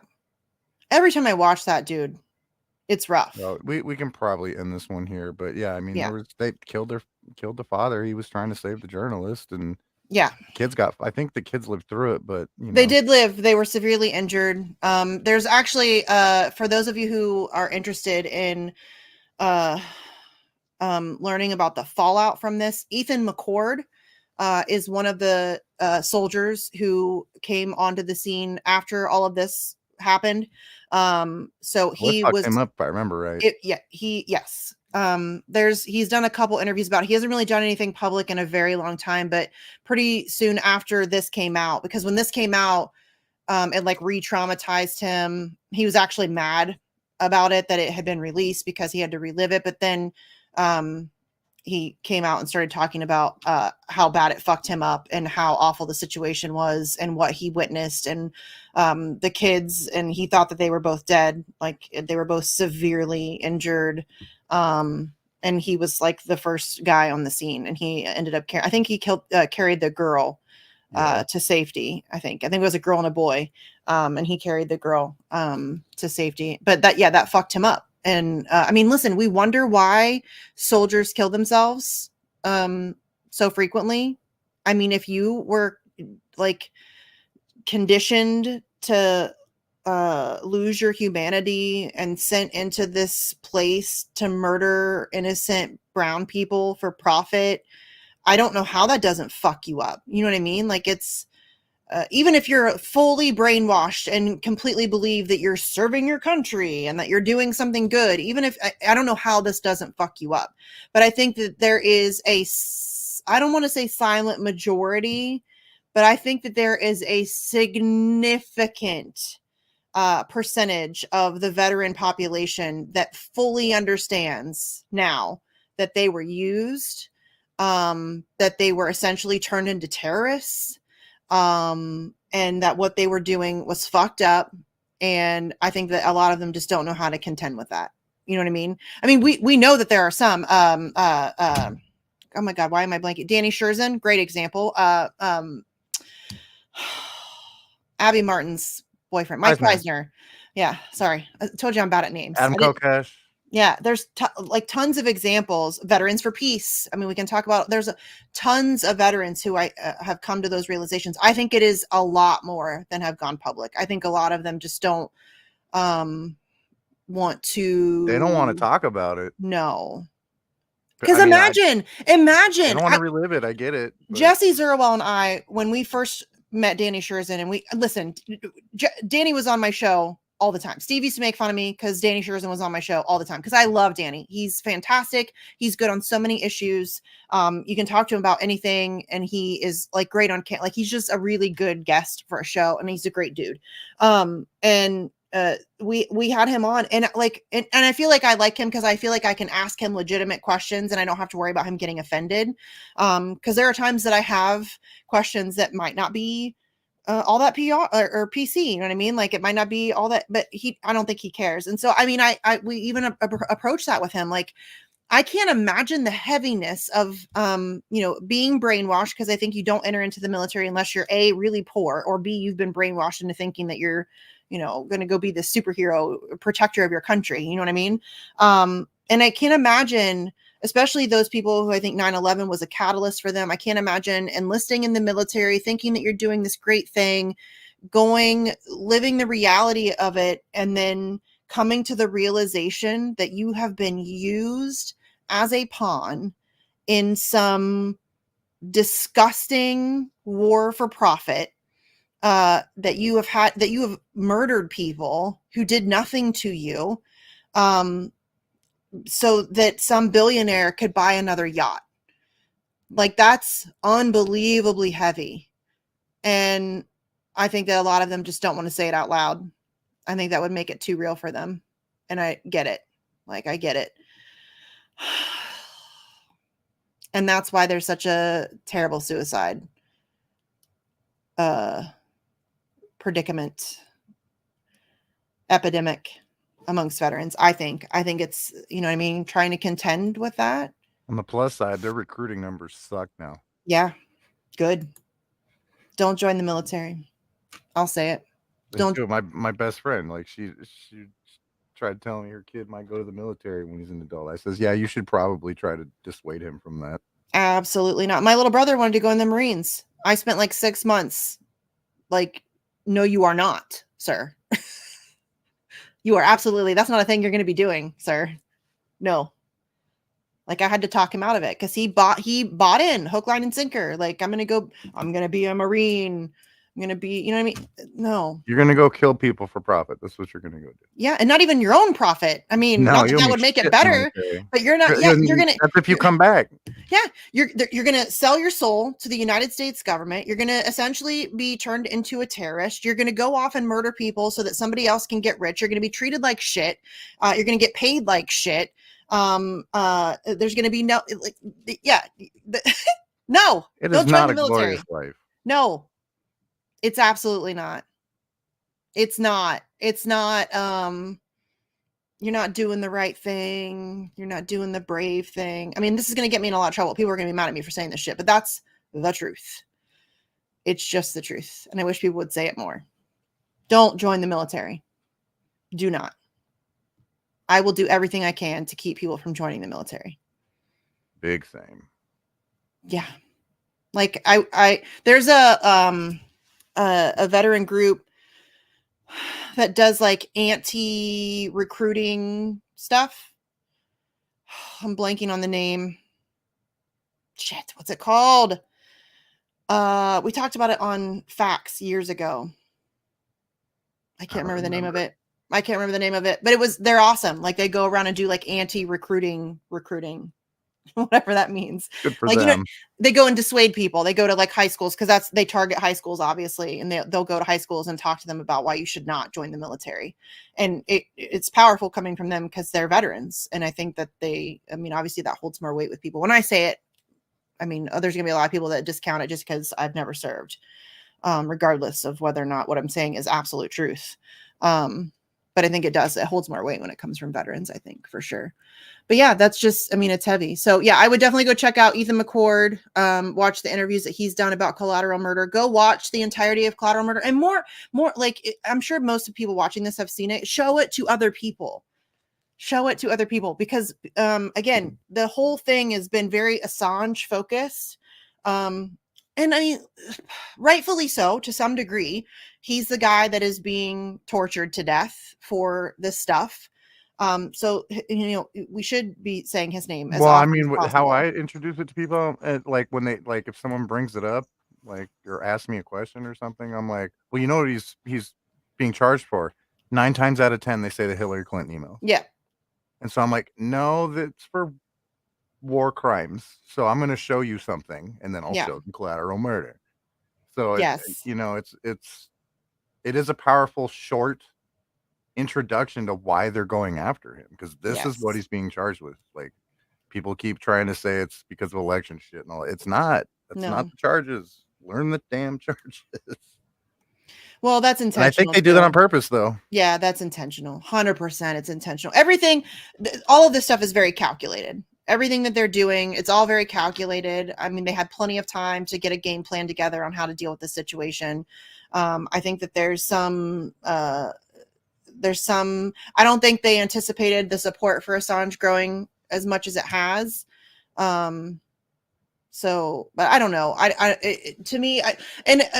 Show people Collateral Murder, but there's like also a ton of really great, like to me, the Matt Kennard video. Do you know if that's right? Kennard, is it Kennard? I think so. Kennard? I think that's how you say it. I'm not sure. I'm always worried I'm mispronouncing people's names, but there's a Matt Kennard video. I'll pull it up real quick so people can see it. It's less than 5 minutes. Here it is. It's less than 5 minutes, and it is a great breakdown. It's older. Like, I think this came out in 2020, maybe 2021. I'm not sure. I mean, it's less than 5 minutes. Here, I'll just play it for everybody. But it does a great job of, in less than 5 minutes, explaining what's happening and why you should care about it, which is cool. I like those quick, easy videos.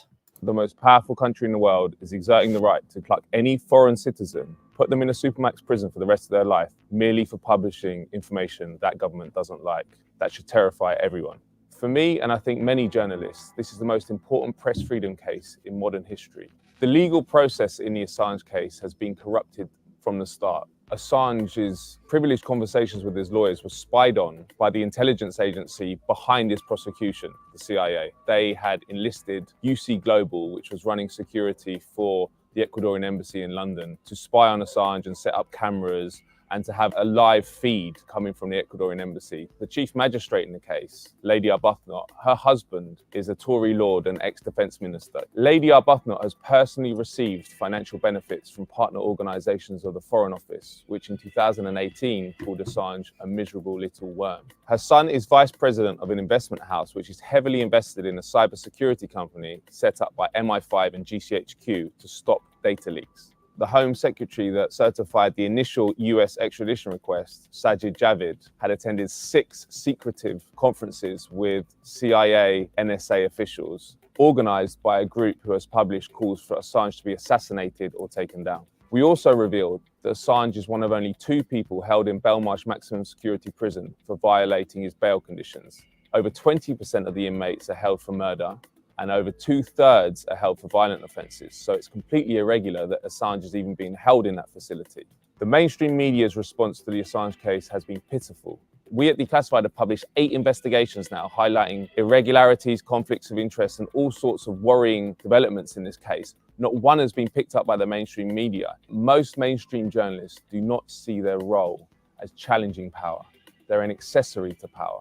Particularly egregious has been The Guardian. They benefited hugely from the early WikiLeaks releases and from Assange's personal bravery. The Guardian, in fact, covered the Amber Heard-Johnny Depp trial more than it covered the Julian Assange trial. That is just a symptom of a wider malaise amongst the mainstream media who do not seem to understand that this is a threat to them. For them, Assange is someone different. He's a hacker, he's a computer scientist, he's not a journalist, when in fact, of course he is a journalist. He revealed more war crimes and more criminal action by the most powerful country in the world than any journalist has ever done in history.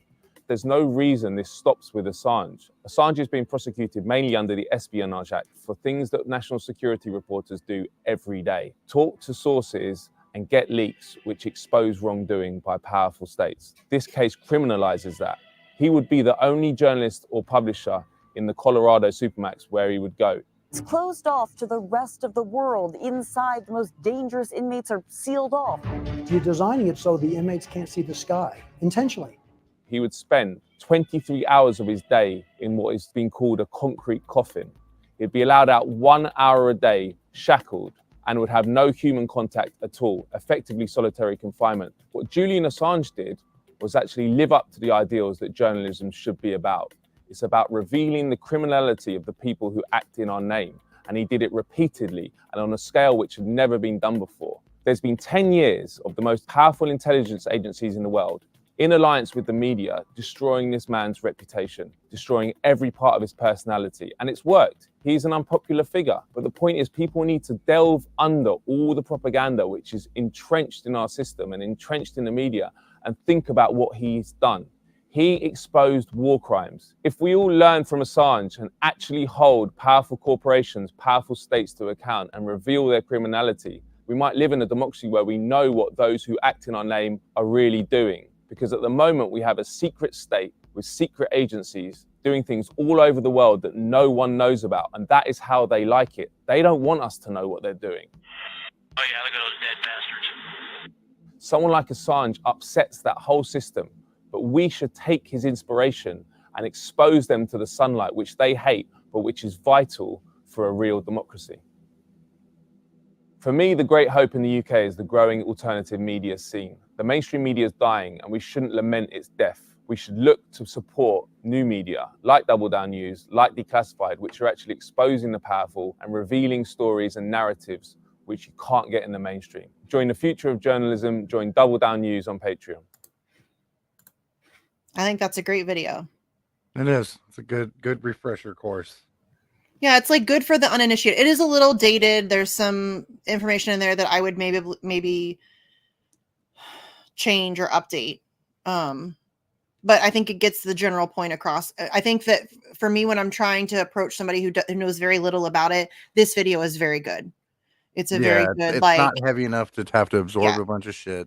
It's quick, it's brief, it's to the point. There's a lot of information contained, but it's not overwhelming. It's only 5 minutes, so most people have the attention span to sit through it. And I think it does a good job of pointing out some of the key points that should concern everybody. So I think that will, in my experience, it's gotten people more interested. Like, oh, okay, now, so what does this mean? Or yeah, it's one of those that'll be like, well, wait a minute, I'm gonna have to look this guy up. Yeah, you know. Yeah. Yes. And I like that. I've used this video, I can't even tell you how many times in the however many years it's been around. Juan's video is real good too. Juan's is fantastic. I should put here. I'm going to drop the link to, I don't have to chat, do I? Fuck my life. If you put it in the private chat and I'll throw it in the chat. Okay. But I'll do the, come on. Oh my God. You're killing me. Is your computer trolling you? No, I'm just dumb. I'm gonna have Sleepy put the link for that video that I just showed you, the Matt Kennard video, and then I'll also give you the documentary to see the link to see Juan's documentary. Oh, good God. Passarelli's documentary is, I think, like 48 minutes long. It's pretty short. Yeah, it is very short. It's good, and it is much more in depth. And also, first of all, he did a great job the way. Full disclosure, I love Juan Passarelli. So how could you not? Yes, he is a fantastic human being. So I will hype him any chance I'm given. But legitimately though, objectively speaking, the documentary is fantastic. It's only 48-ish minutes long. It's less than an hour. And he manages to pack so much information into this documentary while also not being too in the weeds about it. Like, it is the perfect introductory course to the Assange stuff, like the longer version. Like, I think Matt's video is good to like grab people's attention, but then I think like the next place you go is Juan. Like, go to that documentary for sure. And it's so good. It's so well done. And Juan is a longtime friend of Julian's. They've known each other for over a decade. He's worked with him. So he has that kind of like insider perspective. So he kind of, you know what I mean? Like, I think it's like, that's important to see that somebody that knows Julian, I think, can offer a better perspective. Cause I think a lot of the effective smears against Julian have been about his personality, which is so fucking for sure bizarre to me that anybody gives a shit. I don't care. It's bizarre to me that it fucking worked. Yeah. That's the weirdest part about it. I'm like, what the fuck? Like, I just don't like, it's very bizarre to me when people put somebody's personality, like, he could be an asshole. I don't know. I've never met him. He could be the worst person on, like, he could be the biggest jerk on planet Earth. It really doesn't matter to me. I would still fight against what's happening to him because it sucks. Yeah. And it's not okay. And it endangers it endangers my free speech. That's what, it's no different than when I defended Alex Jones when he was being deplatformed. I don't like Alex Jones. Fuck no. It's the same thing. Although when her father is now in hell video is my favorite fucking video ever. What's that? Oh God, I'll send it. Is it Meghan McCain related? Yes. Okay. He's like, it was her father. I'll send it. It's a really quick video. I'll send it to you later. But like, dude, it's delightful. But other than that, you know. Yeah, he sucks. I mean, I'm not a fan of Donald Trump. When they deplatformed a sitting president from the entire internet, that was not great. I stood against that too. I can't stand Donald Trump, but that's not good. So yeah, it's just weird to me when that kind of stuff is so effective. It just sucks that people are so like personality focused instead of consistent on principle. It sucks. There's this episode of fucking Orville when their whole justice system is based on likes. Yeah. Yeah. We pretty much live that. Yes. And I'm like, oh my God. Because I only saw it like a couple years ago or something. It was already kind of old by then. I was like, oh my God, this is what we're living. Yeah, nuts. we pretty much live that at this point. Nuts. Terrifying as it is, that's pretty much where we're at. Yeah, and if you got enough dislikes, they like killed you and shit. Like, right? Nuts. Which, by the way, speaking of likes and stuff, I have been a blue check has been forced upon me. I saw that. What the fuck is that? I didn't ask for that shit. I didn't apply for that shit. I sure as hell didn't give Elon Musk my banking information. Are you joking? This is somebody else that we follow too. I can't remember. Apparently, if you have more than 2,500 followers, which that is a low ass bar. Yeah, like I mean that's about what I've been running at forever. That's a low bar. But apparently, like they started to roll it out. If you have more than 2,500 followers, Elon's tweet said subscriber followers. So I thought that if you had like people that paid to see your tweets, like if you had 2,500, but it's just follow apparently because I don't have subscribers. Don't subscribe to my Twitter. I wonder if it's like Twitter people who pay them that follow you. I don't know. That could be a possibility. Maybe. Possibility. I just trashed 2,500 people that follow me for giving their banking information to Elon Musk. Sorry. I mean, that's the only thing I can think of. Yeah. Oh yeah, I'm only at like 2,200. So, and I bleed out like 100 every couple of months. Oh, guys, I can't believe I have to say that out loud. But isn't that weird? I was like, wait, she got a blue check. I know she didn't pay that fucker. Well, I woke up and I got this fucking, and it's so dumb too. It's I got this weird ass notification. Where's it at? It says, as an influential member of the community on X, we've given you a complimentary subscription to X Premium subject to X Premium terms by selecting this notice. X reserves the right to cancel the complimentary subscription in its sole discretion. Visit Premium in your navigation drawer to view your premium features. You can't opt out. You can't, like, I don't want this. You can't do that. They're just giving me X Premium. It's weird. It is very weird. I think they're using it as a targeting mechanism.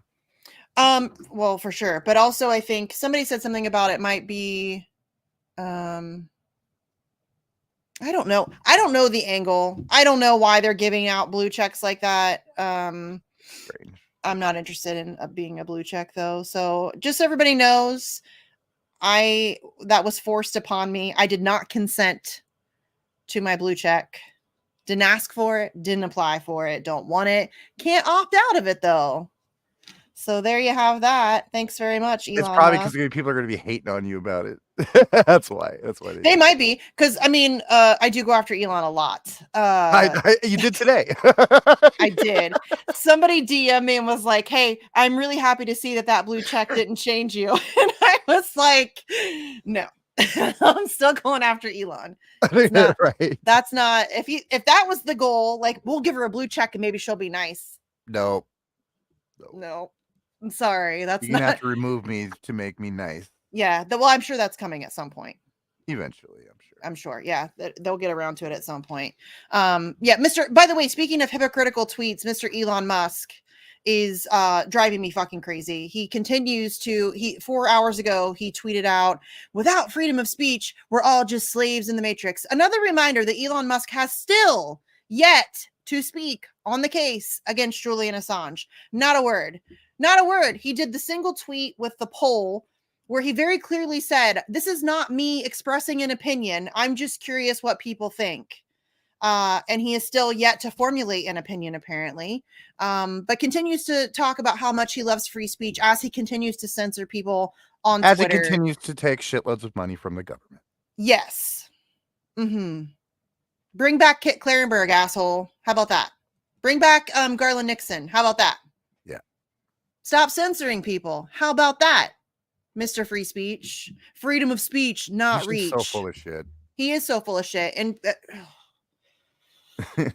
We don't need to rant on Elon today. No, but, there are people that I Mr. know. Free Speech. That's what there are people that I know and like though who buy into his bullshit and paid for their blue check and very happily take their Twitter dollars, and it's very strange to me.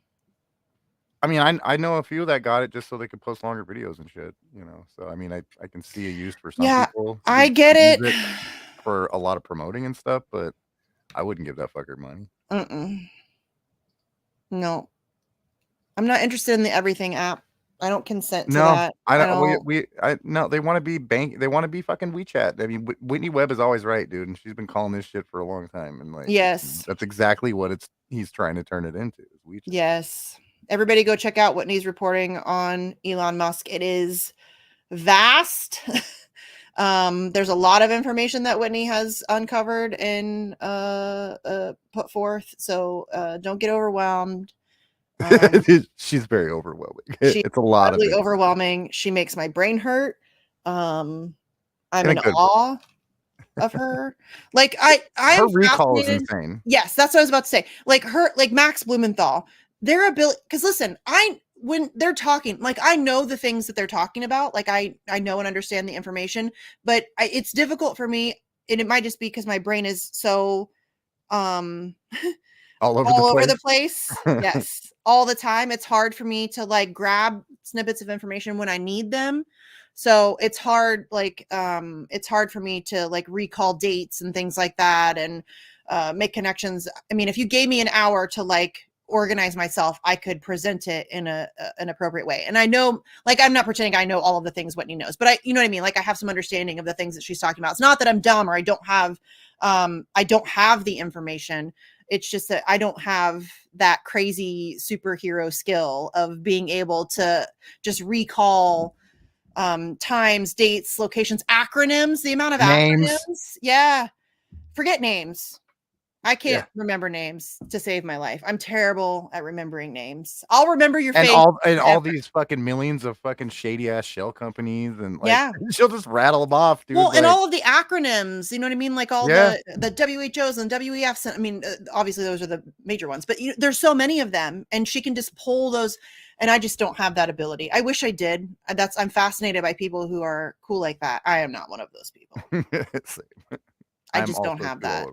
I can, if you give me an hour, I can sit down and organize my thoughts and be able to present it. But I can't just like recall stuff on the fly. My brain freezes. I need to teach you to use this one program that I use for for doing that kind of shit. It makes it easier. For like organizing your thoughts? Mm-hmm. Oh, it's so hard. Or it's even good for like show planning and shit. It's pretty dope. Okay. Yeah, I need that. Because it's like I struggle with that, obviously. I have severe ADHD. I don't know if it's obvious.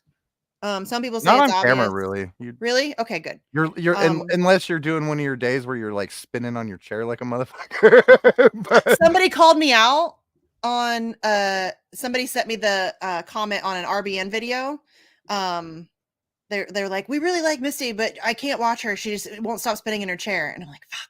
I try really hard. Like I need to get I have a non-spinny chair. I'm a leg twitcher. Okay. I don't spin, but if I'm in a spinny chair, it's so hard. Like, you don't understand. As I'm talking to you guys, I'm having a conversation in my head with myself. Don't spin in your chair. Don't spin in your chair. Nope, you're spinning in your chair. Don't do it. Stop moving. Like that's what's going on much of the time. You definitely have gotten better with it since you had to do shows for so long. Yeah. Yes. I used to have, when I was upstairs in my office up there, I'm in my basement now. I had to move because we needed green screen for the TNT show. But when I was upstairs, I used to have a Post-it note by my camera that said slow down because I talk too fast. I gave up on that. I just talk fast. I can't help it. Like, it's all right. You can always look at Muhammad Al-Mazi, and there's always someone who talks faster. Yeah. Ryan Christian. Oh my God. He's my people. He does like 4-hour show. Like, it's insane. He's my people. That's coming out of his mouth. Oh, I love people that talk fast. I struggle so hard with slow speakers. It's painful. Oh, it hurts, especially if I know what you're going to say, and you're a slow talker, and it's taking you forever to get it out. Like it, it's so hard for me. It's not you, it's me. It's just a me thing. But I've had people complain about that I talk too fast numerous times. I've tried to work on it. I cannot. I've had people say, I don't have to listen to you at 1.5 times. I'm like, no, you don't. You do not. You can just listen. People comment all the like TNT got emails about it. When I'm on Critical Hour with Wilmer and Garland, people in the Rumble, what's it called? The Rumble room. They will talk about it. They'll mention it. I can't. Hey, it's a short show. You got to get it out.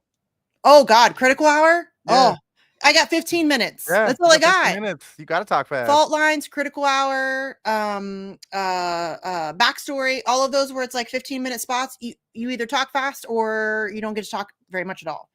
It's a 15-minute spot, especially if it's Assange stuff. I know I have to get a lot of information out there, so I'm just trying to squeeze as much as I can into that short time. So that's just the way it's got to go. And also, I just fucking talk fast. No excuses. I just talk fast. I have genuinely tried to work on it because I realize that's not easy for everybody to be able to follow along with. But I'm too old to learn new tricks.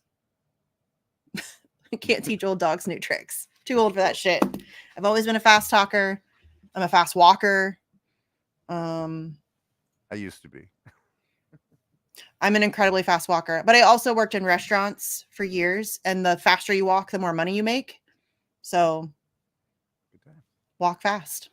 That's what you got to do. Yeah. Okay. So let me think. Do I have any calls to like action or anything? Obviously, House Resolution 934. We need to keep the pressure up on that. Again, like I mentioned earlier, the 16th is the deadline for the U.S. assurances to be submitted. The next scheduled court date, if they are submitted, will then be held on May 20th, I believe. If any of that changes, obviously I'll let you know. There are a ton of events coming up for the 5-year anniversary of his kidnapping, April 11th. Events will be taking place on or around that day. Not everybody will do the 11th. I think it's a Tuesday this year, right? Check candles for Assange. Nope. Yeah, Thursday. It's a Thursday this year. So go to candles, the number 4 Assange. That's Alex Hill's page. She has a whole thread of events that are taking place surrounding the anniversary date. So go check those out, find one near you, do all of that good stuff, make phone calls, send emails, hang up flyer, all the stuff that we always tell you to do. Just do whatever you can. The Matt Kennard video, did you put the those links in the chat? Okay. So save those, go watch the Juan documentary if you haven't yet. I can't wait till Ithaca comes here. We need Ithaca here now. We really do. Or the Trust Fall. Either one. Yeah. I would really like to have either one of those available in the United States. I think that can make a huge difference. So maybe I'll talk to Kim, the director. He's been on my show a couple times. We really need that in the States. We do. We really do. Okay. I don't know when we'll do another vigil. They're just kind of just whenever I'm feeling feisty, I guess, right now. But if stuff happens, we'll have one, obviously. We just did one today because of Collateral Murder. I will probably do one on the 11th. I had to like take a break from organizing. I was very burnt out and stressed out, and I was spending way too much money. And I was just exhausted. So I've backed way off of that over the past year. I think also just the last year when, there was nearly a fist fight and a guy tried to light himself on fire and all of that stuff. I was just kind of over it. Yeah, it's a lot. I was just over it. And I just went too hard for too long. And I just, I had to step. Yeah, I had to step away. I was getting overwhelmed and I was exhausted and I was stressed out all the time. And it's also, I mean, our goal when we started this is to get more people to do their own actions, and they've done that. So. Yeah, for sure. It's not just us doing it now. So that's no, which is great. That was mission accomplished, right? I mean, that was the goal. But I still feel bad when I'm not as engaged as I used to be, and I'm not, doing the organizing and all of that stuff because that's how it's been for so long. But it's just a lot. It's a lot for me to have to try to organize events and get babysitters for my kids and make sure everybody's good here and spending time away from my family and having to drive 6.5 hours there and 6.5 hours back and get Airbnbs and all of that stuff. I don't know if people don't want to hear me complain. I'm just explaining why I've kind of taken a step back. I was burnt out. So I have stepped way back on all of that stuff. I still do like the phone calls and emails, and I do I drive a Jeep, and so we do Duck Duck Jeep. And so I will write Free Assange on little rubber duckies, and we Duck Duck Jeep people, which is one of my favorite little things that we do. Me and my kid loves to do that. She like looks for Jeeps everywhere we go. But that's like just a really quick, easy way to like get the name out there. But yeah, I mean, I just had to step back from the on the ground stuff. It's a lot. It's a lot. You did it for a lot of years in a row. Yeah. Yes. It's just really like trying to manage everybody's personalities, and it's like herding cats. Yeah, and it's expensive as fuck. It is expensive as fuck. And yeah. Okay, so I will probably do a vigil on the 11th. Kelly Lane contacted me about potentially co-hosting with her for candidates for Assange, which I love Kelly and I'm happy to do it. I just worry that my very public anti-electoral politics stance might distract away from what she's trying to do, maybe. I can understand that. I guess it just depends on the candidates and how cool they are with me being. I mean, I can just keep it about Assange. I can do that. I'll just keep it about Assange. I don't need to go into my electoral politics bullshit. Because listen, even though I don't agree with electoral politics, having candidates openly speaking about Julian Assange is a win. So for sure. Yeah, I'll take that. I'm not poo-pooing them for that. I just don't want I don't want it to give people a reason to criticize Kelly. Like, why would you have her co-host? She doesn't even care about electoral politics. I could totally see people doing that. So, which, I mean, it's true. It is very true. So, okay, probably a vigil on the 11th. I have pondered in the past doing like a 24-hour Assange-a-thon to raise like awareness. It's been a while since we did that shit. Yeah, I think that we should try to get something like that going. I think that could bring in, and we could have actions throughout. You know what I mean? Like, I mean, that's what we did last time. Yeah, it was me and Alex going from bringing in different actions and different, yeah. I wish I had thought of that before. I don't have time to do something around the 11th like that now. There's no way I can put that together. Time to get all that together. But if there's going to be other upcoming, like I said, World Press Freedom Day is May 3rd. I think the Julian's birthday is July 3rd. There's other dates coming up. So if there's a bunch of global stuff, we might try to get some cool people to help me co-host it throughout the 24 hours. See if we can get like Jimmy Dore or Max Blumenthal, Roger Waters, get some big names in here to call some attention to it. I think that would be cool to try to do. Stressful to organize, but it would be cool nonetheless. So, but we'll see.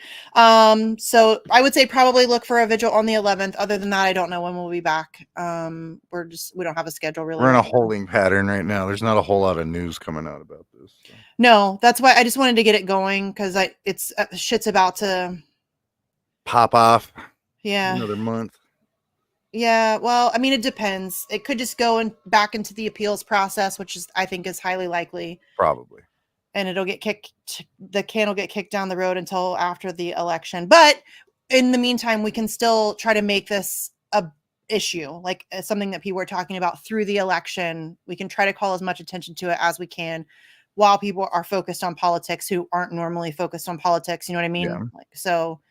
That's kind of the game plan. That's why I wanted to kind of get back in the swing of things. So if you guys have this past two, we just had like the goal was to be like the OG crew, like, or at least those of us that are left. So me, Sleepy, and Andrew. Andrew obviously has been going through stuff, but I'm open to guests. If you guys want to see guests, let us know who you would be interested in seeing, and be reasonable. Like, I'm not that cool. I can't get Roger. I mean, I might be able to get Roger Waters, but it would take some doing. But I mean, we can try to get guests on. We can do whatever. I'd love to have really. Henningsen on again. We haven't talked. Patrick, yeah, we're friendly. I wouldn't say we're friends, but we are friendly. He's came on before. I would love yeah. to have him again. Yeah, I mean, you said he came on well before anybody. He didn't have to do that shit. Yeah. Like we were little. And I'm gonna have that guy, the megaphone guy from the from the last one we did. Yeah, from the I keep wanting to say The Decision, but there was no decision. But I'm gonna work with him around his schedule, whatever works for him. Yeah, so that one might get pre-recorded if the scheduling's too I mean, he's in the UK, so I think they're like 5 hours ahead of us. Yeah. So I'm just whatever he wants to do. I'm happy to work around his schedule as much as we possibly can. And if it's a pre-record, then we'll just put it out whenever. But I would like to talk to him for like 20 or 30 minutes. He's just cool. I like his vibe a lot. I liked his vibe a lot. Truth. He was, and I like people who are good on a megaphone. Glory Jones is good on a megaphone. Andrew's great on a megaphone. Fiorella is great. Pasta, great on a megaphone. Pasta's a great like MC. He's really good. Dude, Fee barely even needs a damn megaphone. She's loud, man. Yeah, it's great. Not as loud as Glory, but Max Blumenthal's great on a megaphone too. Actually, yeah, we've had some great people on the megaphones. Okay, anyways, I keep getting distracted and prolonging this longer than we need to. So thanks everybody for tuning in, for hanging out, doing the damn thing. Again, follow Candles for Assange, find events near you, be events near you. Check out the Matt Kennard video, the Juan Pastorelli documentary. Yeah,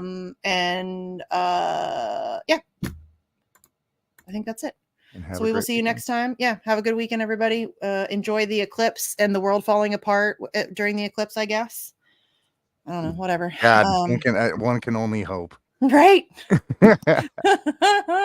Team Meteor. All right, y'all. Thanks. We'll talk to you next week, probably.